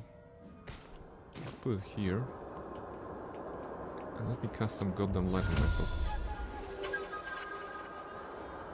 I really need to replay that. I actually wanted, but I can't find the game. Neverwinter Nights 1 is definitely on Steam. Right? In GOG I bet as well. Yeah, Neverwinter Nights 2 is also on Steam, but you might as well go with the GOG version.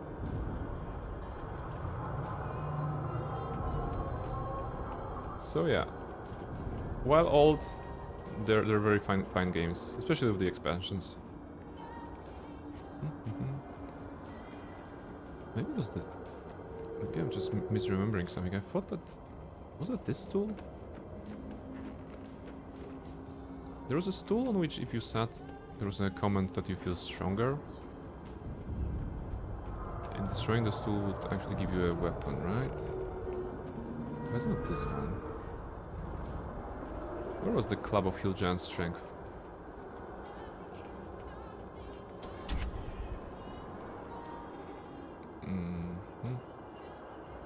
Club of Hill Giant Strength, PG-3. Obtained by breaking the stool of Hill Giant Strength. Okay.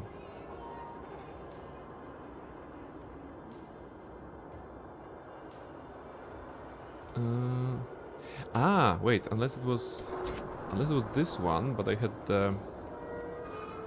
Is it this one? Oh, okay, I know. I don't see a difference because I'm already at the Elixir of Hill Giant Strength, right? So I already get the bonus. But it says...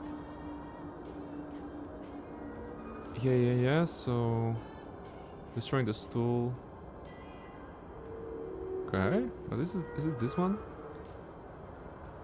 In the far corner under the thatched roof.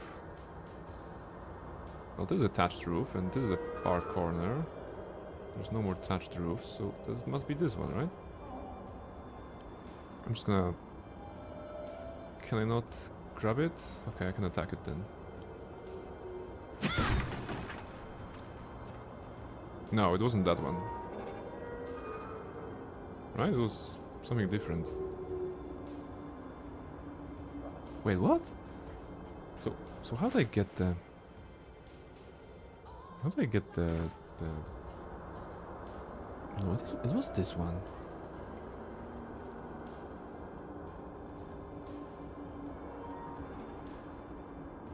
Come on, there's a picture here. Oh, it's behind him. Okay. Right? There's somewhere... Yeah, okay. Okay. I couldn't find it. I thought it was a single stool here. Alright. This chair. Yeah, there we go. Now we know that feels there's stronger a... just from sitting in it. There's... We feel stronger by sitting on the chair. Strength vanishes as soon as I stand. Strength is gone. Curious. We destroy it. And As there's a much as I clap of enjoy your a giant sit strength. down, the strengthening bludgeon is more Okay. But this is very good because this gave me the item that I wanted for the build, kind of, right? This one, which will set our strength on 19. So we don't need the potion, so we could use the vigilance potion instead. So we could take sharpshooter instead of alert. Yeah, but do I want to? Yeah, I think I want to redo the build right now. Let's see. Oh, my game just crashed. Well, that's something. Why did you crash? Really? Just like that? Okay, I didn't do anything.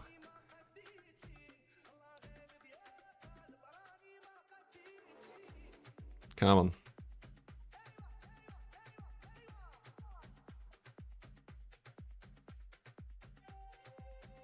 Mischievous cheating.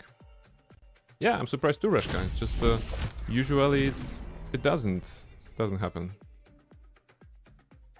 The game couldn't stand the awesomeness of the power stool. Yes. Strength 19, right? But the strength of the PC here, well, not 19 for sure. So I guess that technically concludes the Arcane Tower. I could... I remember that the setup I did last time. I mean, last time when I was... Are we here? Save date 21... 2104?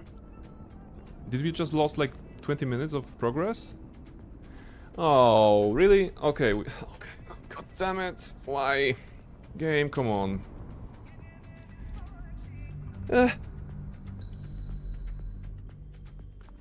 It's an autosave on the entrance to the tower, right?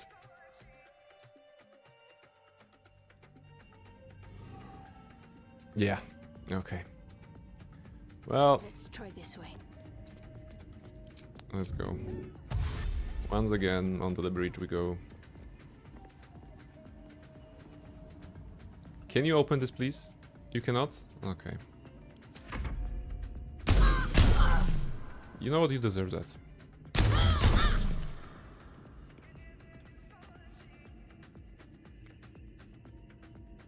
Okay. Why can't you open the door for some reason? Okay, wait, no. Since when she cannot open the door here? What is going on? Okay, Susur Flower to disable this, I think, right? Yeah. Something break. Can you open the door, please? She cannot open the door. What is going on? Exit TV mode, maybe? Okay, no, that's on me. It was a turn-based mode, so of course it wouldn't open. I didn't notice it was a turn-based mode. Okay, no. This time the player was wrong, and not for the first time. Featherfall. Not the scroll. Featherfall potion, please. Just make sure you don't drop too far into oblivion.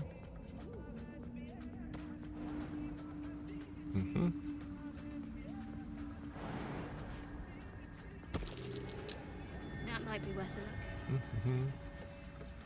a look. There's a hole here. Those holes, as you know, you can go through gaseous form, right? There's a spell that turns you into a cloud. And as I was playing yesterday with my friends, we were at the Waning Moon Tavern, the brewery, I think, in Act 2. And behind the counter, there is in the floor, there's this book that you need to take to bring it to the crow guy, you know, the raven guy, the Shadowbard dude in the Shadowlands. And I didn't want to pick it up myself because I know the game and my friends don't, so I was trying to hint at the fact that there is something under the loose planks basically in the floor, because that's literally the interactable object that is in there, you know, loose planks. And if you open them, you can get the journal aforementioned. So I was trying to talk to our druid. I talked to a druid and I was like, hey, could you help me out here? Because my hands are too big to actually get this little thing from under the floorboards. And she got so excited and she cast gaseous form on me and told me, hey, try now, right? And I was like, yeah, I mean, I just wanted you to click on the thing. I just thought to myself, but that was so precious. That was so precious that she actually was like, oh, finally I can cast this spell. And then I stayed in the gaseous form for a couple of moments, couple of minutes, and we joked that I was her Patronus, you know, from Harry Potter. So yes. Brain, we just killed a lot of rats with 90. Oh, that's very good. That's very good for you. Congratulations. I guess that the training for the next rat killing session is going well.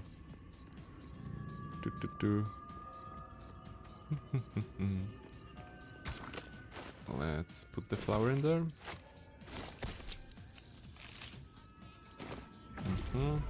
Okay, this works.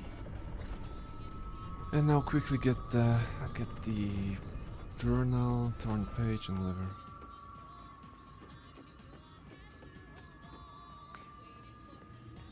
What missions did you do? Did you do Against the Grain, Nighty's favorite? We just did, yeah, we just did Against the Grain and Empire in Flames on Legend. Nice, congratulations. Very, very good then. The book, yeah. I can think of better places to enjoy literature than in the depths of the Underdark. Where was the chest? Killing rats is very good. Very good pastime activity. My faith will guide me. Tongue of Madness, that's gonna be relevant.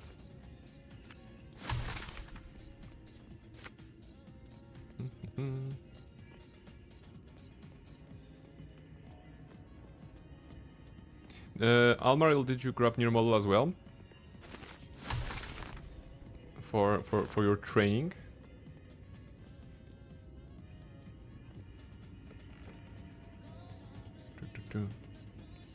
Appa. Dusty book, was it? Technically we don't need this one, right?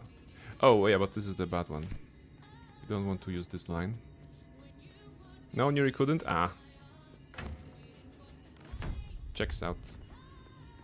Wait, nothing here, right? But 3 XP if we kill those guys, right? Again. I think. Come on. Unless it's gonna be sturdy all the way.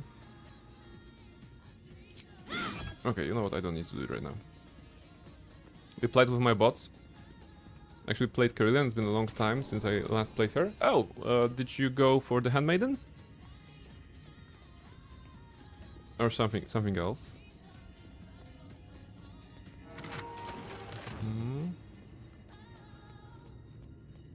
Torn out paper should have one of those. There we go. And this. And that's good. Engraved Githyanki disc. Curious disc. Looks Githyanki. Lae'zel may know more. Lae'zel, who are you romancing? Remember that, What Shadowheart? might you be hiding? Yes, Handmaiden. Handmaiden is very good. I never learned to play the shade, but with Handmaiden it was always fun. Long hours spent studying at your Oh, now we college actually come succeeded back this to one. you. This is the opening stanza of an old play, The Roads to Darkness. Long hours spent studying at your college come back to you. So there's a Bard-specific interaction. Of course, Shadowheart did not have a long hours studying at the college. So, because I'm panicking in those moments, I'm just gonna make sure that we have the right one, but I know this is the right one. Just, I don't want to... Lonely Wake. Yeah, okay. And now... Yeah, there's light in every living thing. It's actually a combat start, so no. But how can I trust guiding light? There we go. We don't need the hug. We just want the chair. There we go, hidden there. Oh yeah, okay, with the flowers she won't comment on the fact that the chair is magical. This chair, the strength vanishes as soon as I stand.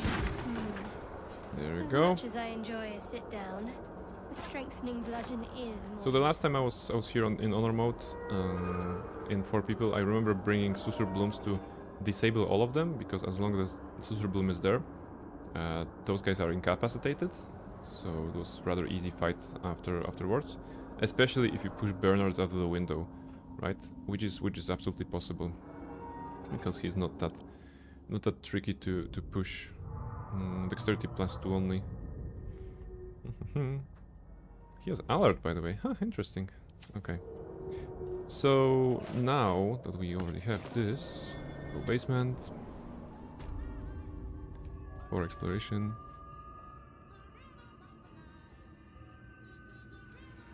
Why you keep venting on those structures? You know what? Because I don't know. They can't hit me back or something. Okay, so now I get some crap here. Give me back this for 20 AC. Okay. So now that I have the Club of Hill Giant Strength and the gauntlets that I left at the camp, I can redo my build. Okay. So first save, because last time I teleported out of here, the game crashed. So let's be careful. Go to camp. Okay. Hello, Halsin. Have you been useless today already? Fate, dost thou require a new Change my atlas? class. So the change in the class is basically the same. It's just that we will drop dexterity, because we're gonna be getting it from the gloves to 18. So we can get some more of that. Oh wait. +2. We don't have Auntie Ethel's hair yet. I don't think if I'm gonna get it. Constitution. Being useless isn't something Halsin does, it's a state of being. Ah, there you go. It's I bet he works very hard to be useless all the time.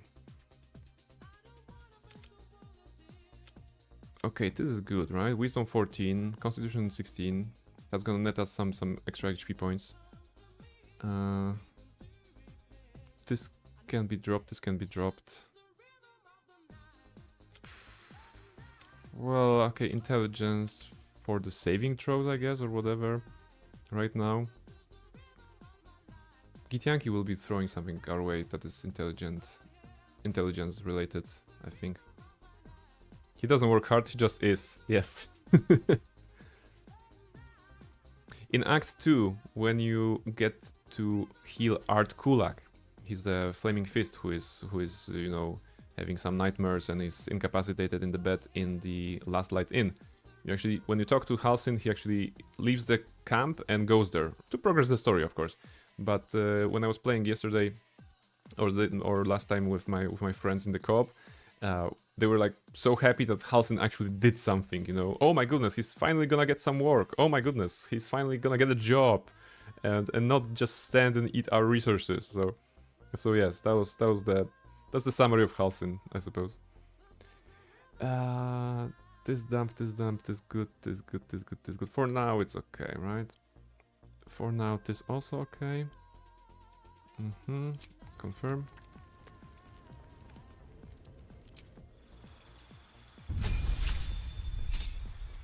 Okay, so quickly get the spells, whatever, right now. Replace the whatever with Cloud of Daggers. We may still see use of it, I think, maybe. And enhance ability. Oh, College of Swords. Yeah, this good, this good. This not good. Go Sleight of Hand instead. Confirm. Confirm.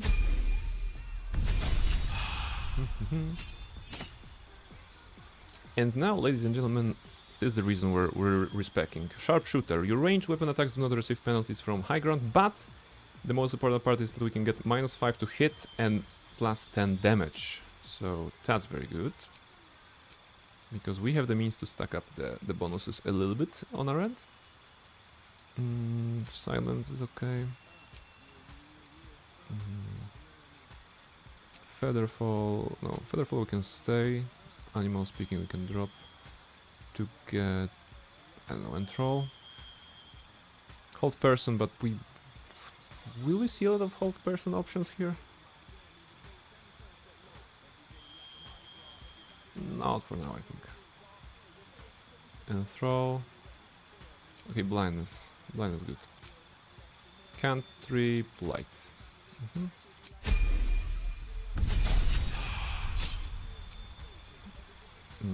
Glyph of Warding.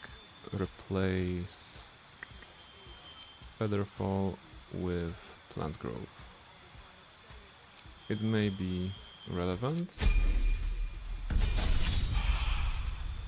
And here we get Hypnotic Pattern.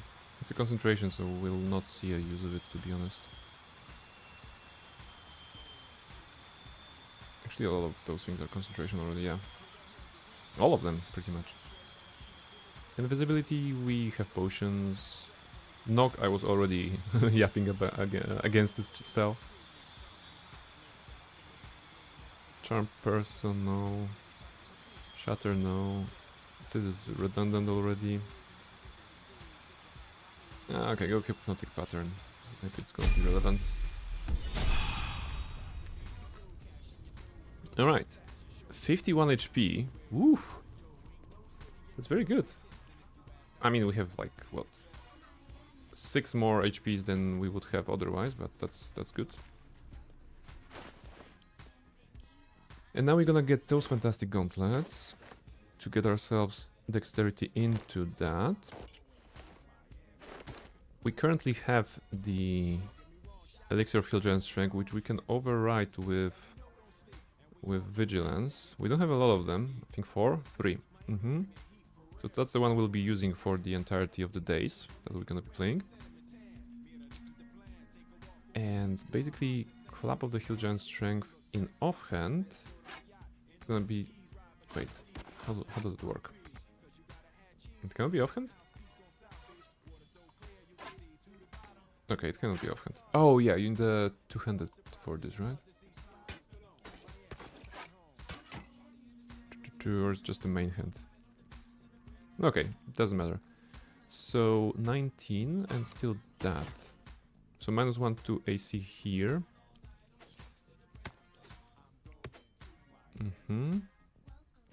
Whispering Promise. And now we have the second passive, which is the Sharpshooter all in. We should test it against something. Where do I test it? In like a safe environment. I would like to go to Grimforge, but when you go to Grimforge, the timer starts for Nier quest. Though we could let him suffocate, right? We don't need that. We don't need him to be alive. We just need his head. Yeah,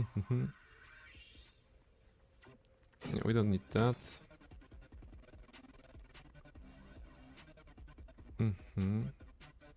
Yeah, we're not proficient here, but does it change anything?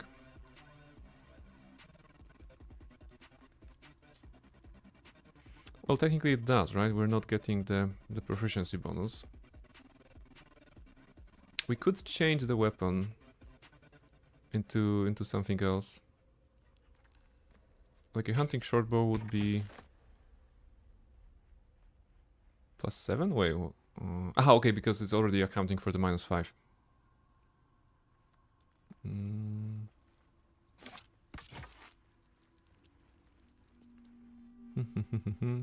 We were proficient, of course, because of the gloves of archery. Now we are not.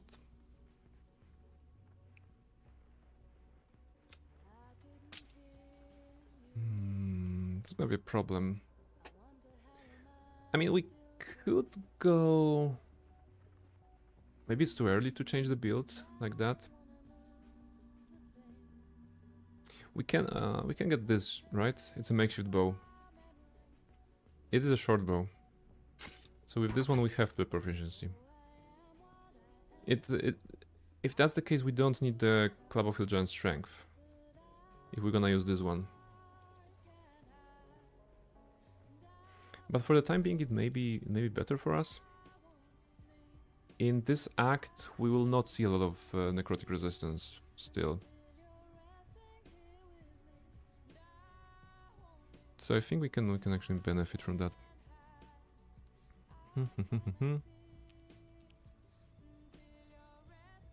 With this, we could get... Yeah, it's gonna drop our AC, so no. We need that. We definitely need a shield from Grimforge to prevent critical hits. Maybe that's the direction in which I should go. Shield or armor, but shield will stay us with a bit longer, I think.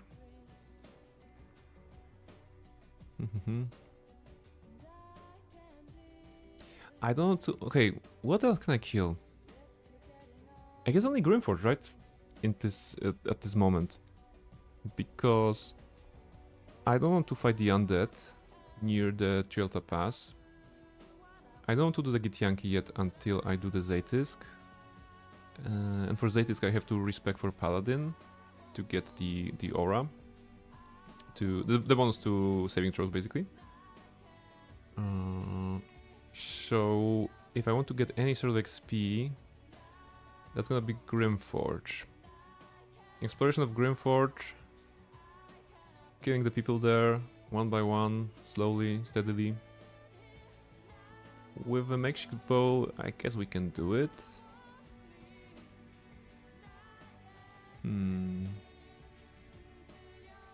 Yeah, I guess the Grimforge is the destination here. Okay.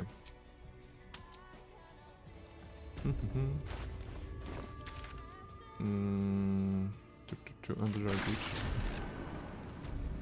Or we can also go to the Kuotoa and convince them that we're their god. Which shouldn't be too hard, right? With enhanced ability, we have what, +3? Ah, but it's a deception check there, right? Do we have deception? Okay, we still have deception without the expertise, but +6. If we take another form with the Shapeshifter Boon Ring, that's gonna give us a lot of bonuses. Yeah, okay, we can do the Kuotoa now.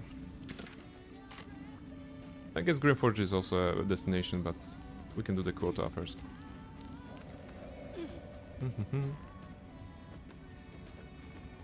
So let's make sure we have the Shield of Trolls on us, just in case. Alright, and also let's morph into something that will be scarier. Like a Drow Lady. Very scary.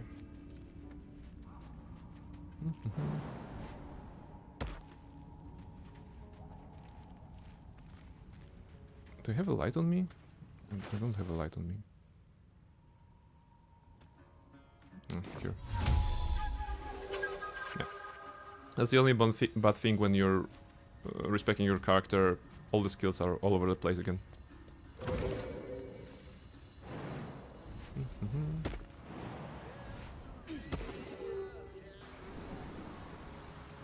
Alright. So, okay, if something went back... if something went bad, rather, Elixir of Vigilance. Right? Okay. But this is just the dialogue, right? And we have to confront the Boal god, and we can do that with enhanced ability. Yeah, guidance won't work because we're gonna be concentrating on this one. But deception, persuasion, all of that, and the shapeshifter bone ring is up. Okay. Okay, yeah, should be good. Easy. Let's go.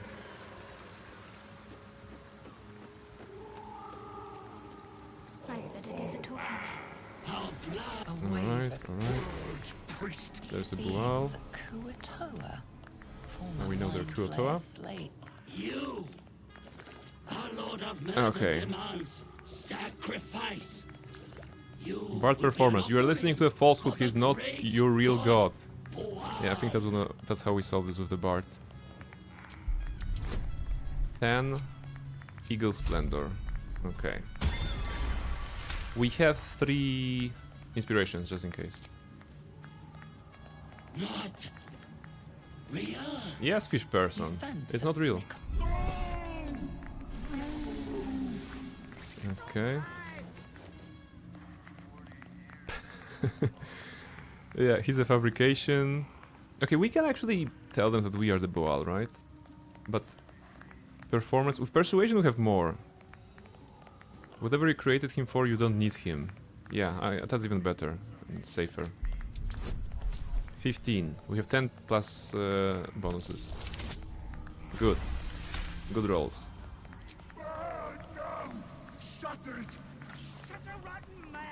Okay, now they know this is one is a red cup. One moment a god of all.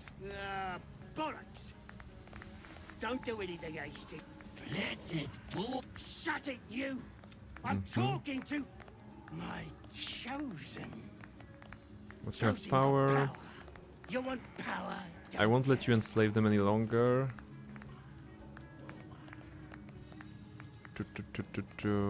Yeah, I think that's doable, right? I think that's safe. Kiss my ass, then. This Lord of Murder likes doing his own dirty work. Kill! Kill for Boal! Wait.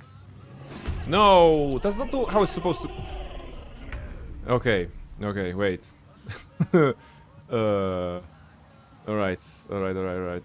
Well... we're not fighting. I mean, now we have to fight. They have a bunch of... They have a bunch of everything, so we are getting out of here. No. Misty Step. Please save me. There we go. Let's make sure where they are. They're here. It was going to be so nice. No, it's not. Okay. Are we in danger? Not really. I have 2 choices. I can either run with dash action to exit the combat, no problem. I can also start the combat by shooting this one twice. I should be able to kill him with the damage I can do. But let's be super safe. Yeah, go exit the combat.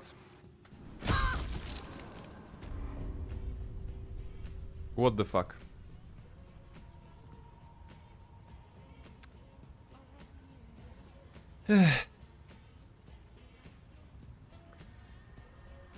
You know what happened? There's a flower at the top of this climb, and it exploded and pushed me, and I died. God damn it! Such a stupid way to die. Alright, alright. I guess...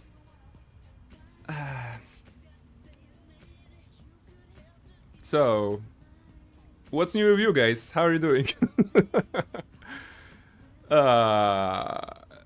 It is dumb. It is dumb. Not very fair, I would say.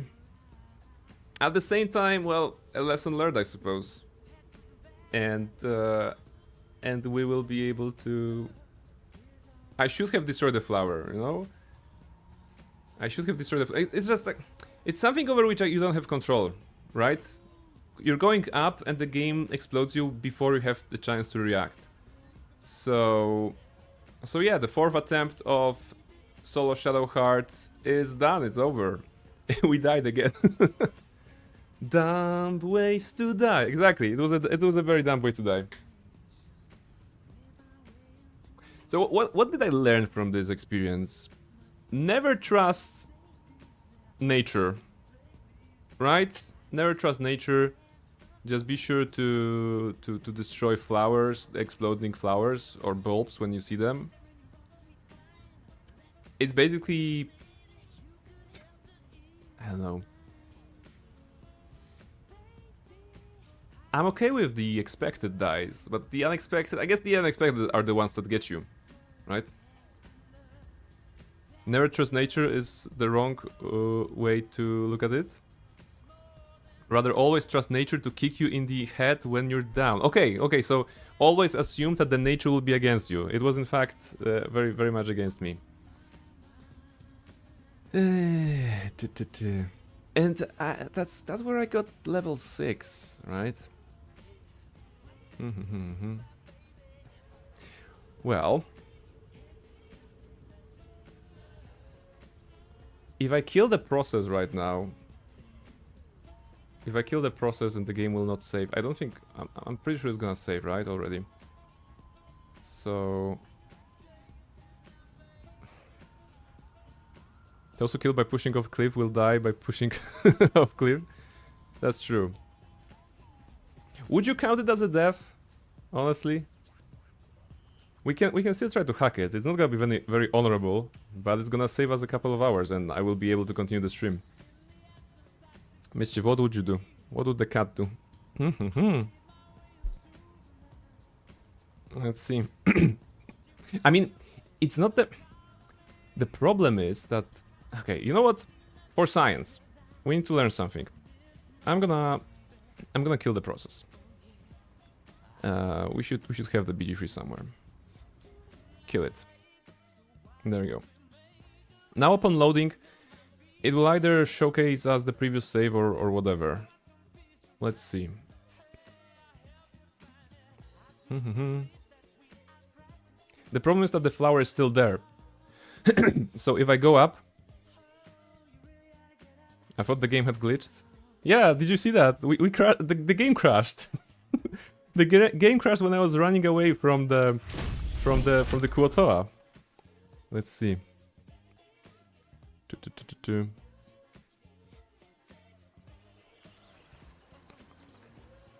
What do you want to check exactly? I want to check if upon dying the save was overridden already, or if I have the... I don't. No wait, this is a single save. Ah, okay, yeah, see? It already switched to custom. It already switched to custom, so there was no way to save the honor mode even by killing the process. Well... so yeah, 21 hours.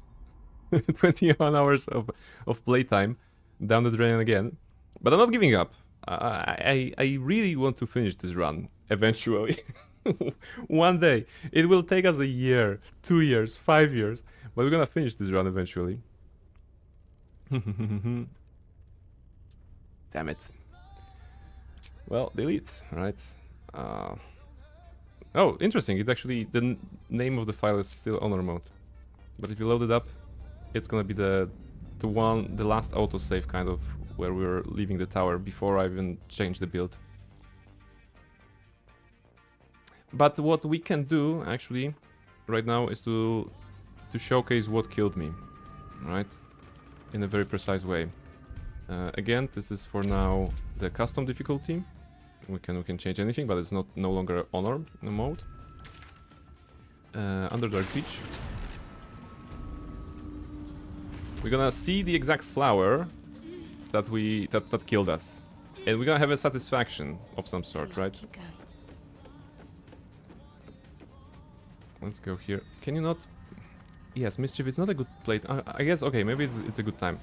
She's really trying to lay on my hand, which is on my keyboard.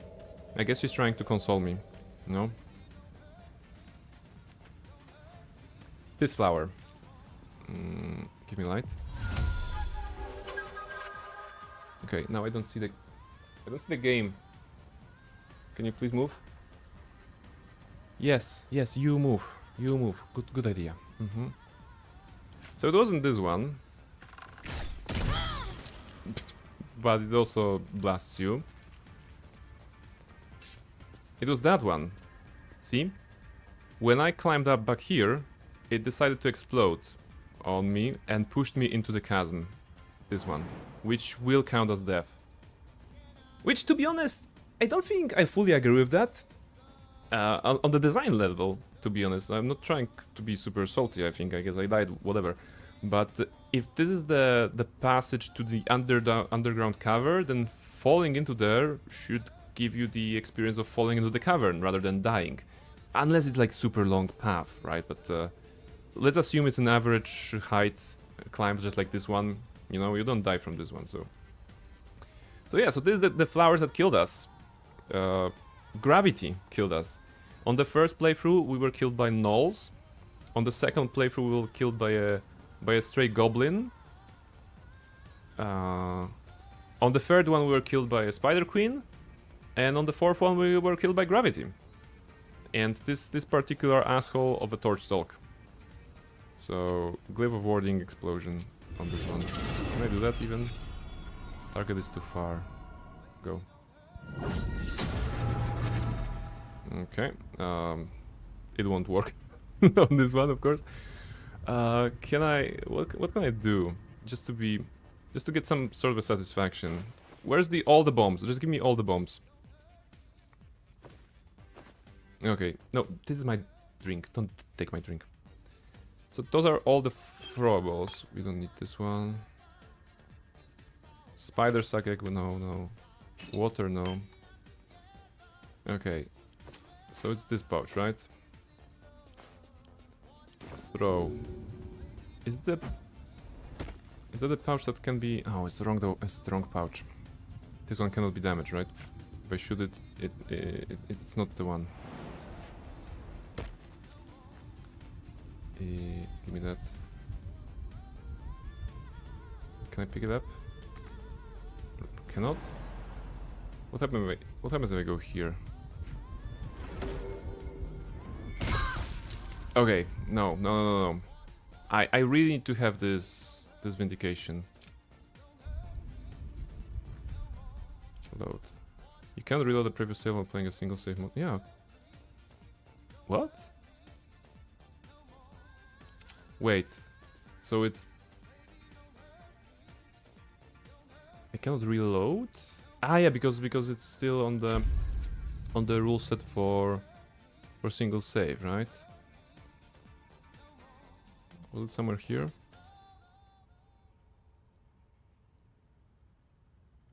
No, it's still the honor rule set.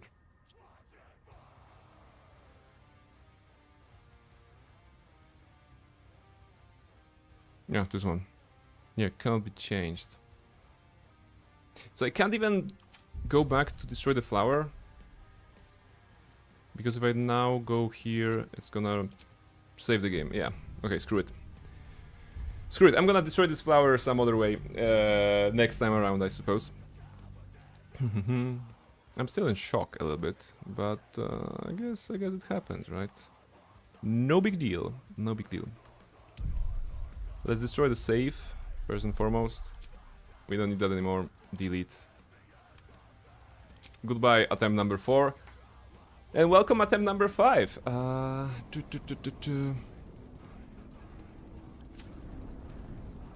Do I just start away?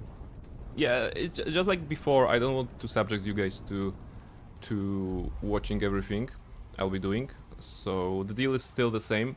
I'm gonna start a new game off stream. I'm gonna create Shadowheart as I would, and I'm gonna clear all the content that I have cleared in the single attempt. I'm gonna do it with a party to save time, and then we're gonna go back, right? I suppose in the same exact setup. So I'm gonna clear everything in Act 1 overworld. I'm gonna clear a little bit of Gramishkas, the birds and everything, so that's gonna speed things up. And reach the Githyanki crash, get the builds up. And then we're gonna have our, attempt number 2 at the quota. Maybe I should not have run, Maybe I should have started the combat because I was already level 6, and with 2 shots each I would be able to take them down quite easily. But there's no reason to dwell on that, I think. Yeah. So yeah, I guess that's gonna end the stream earlier tonight, because I don't have anything else in mind, unless you guys have any ideas. What could we do? Let me just make sure this is closed. This is closed as well. And on Friday, I will not be able to get the save ready on Friday, of course. So something else on Friday, rather than Baldur's Gate 3. Yeah, because I don't think I'm gonna make good progress, even if I start right now. I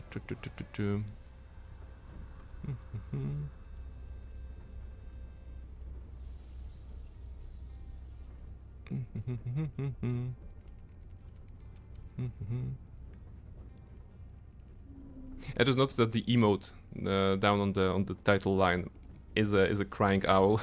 Very appropriate. Very appropriate.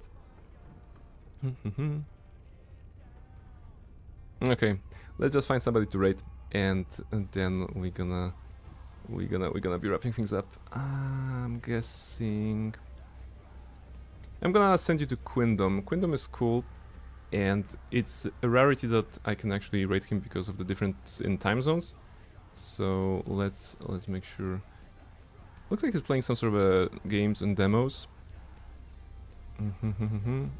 Let's where we are. Where's the button?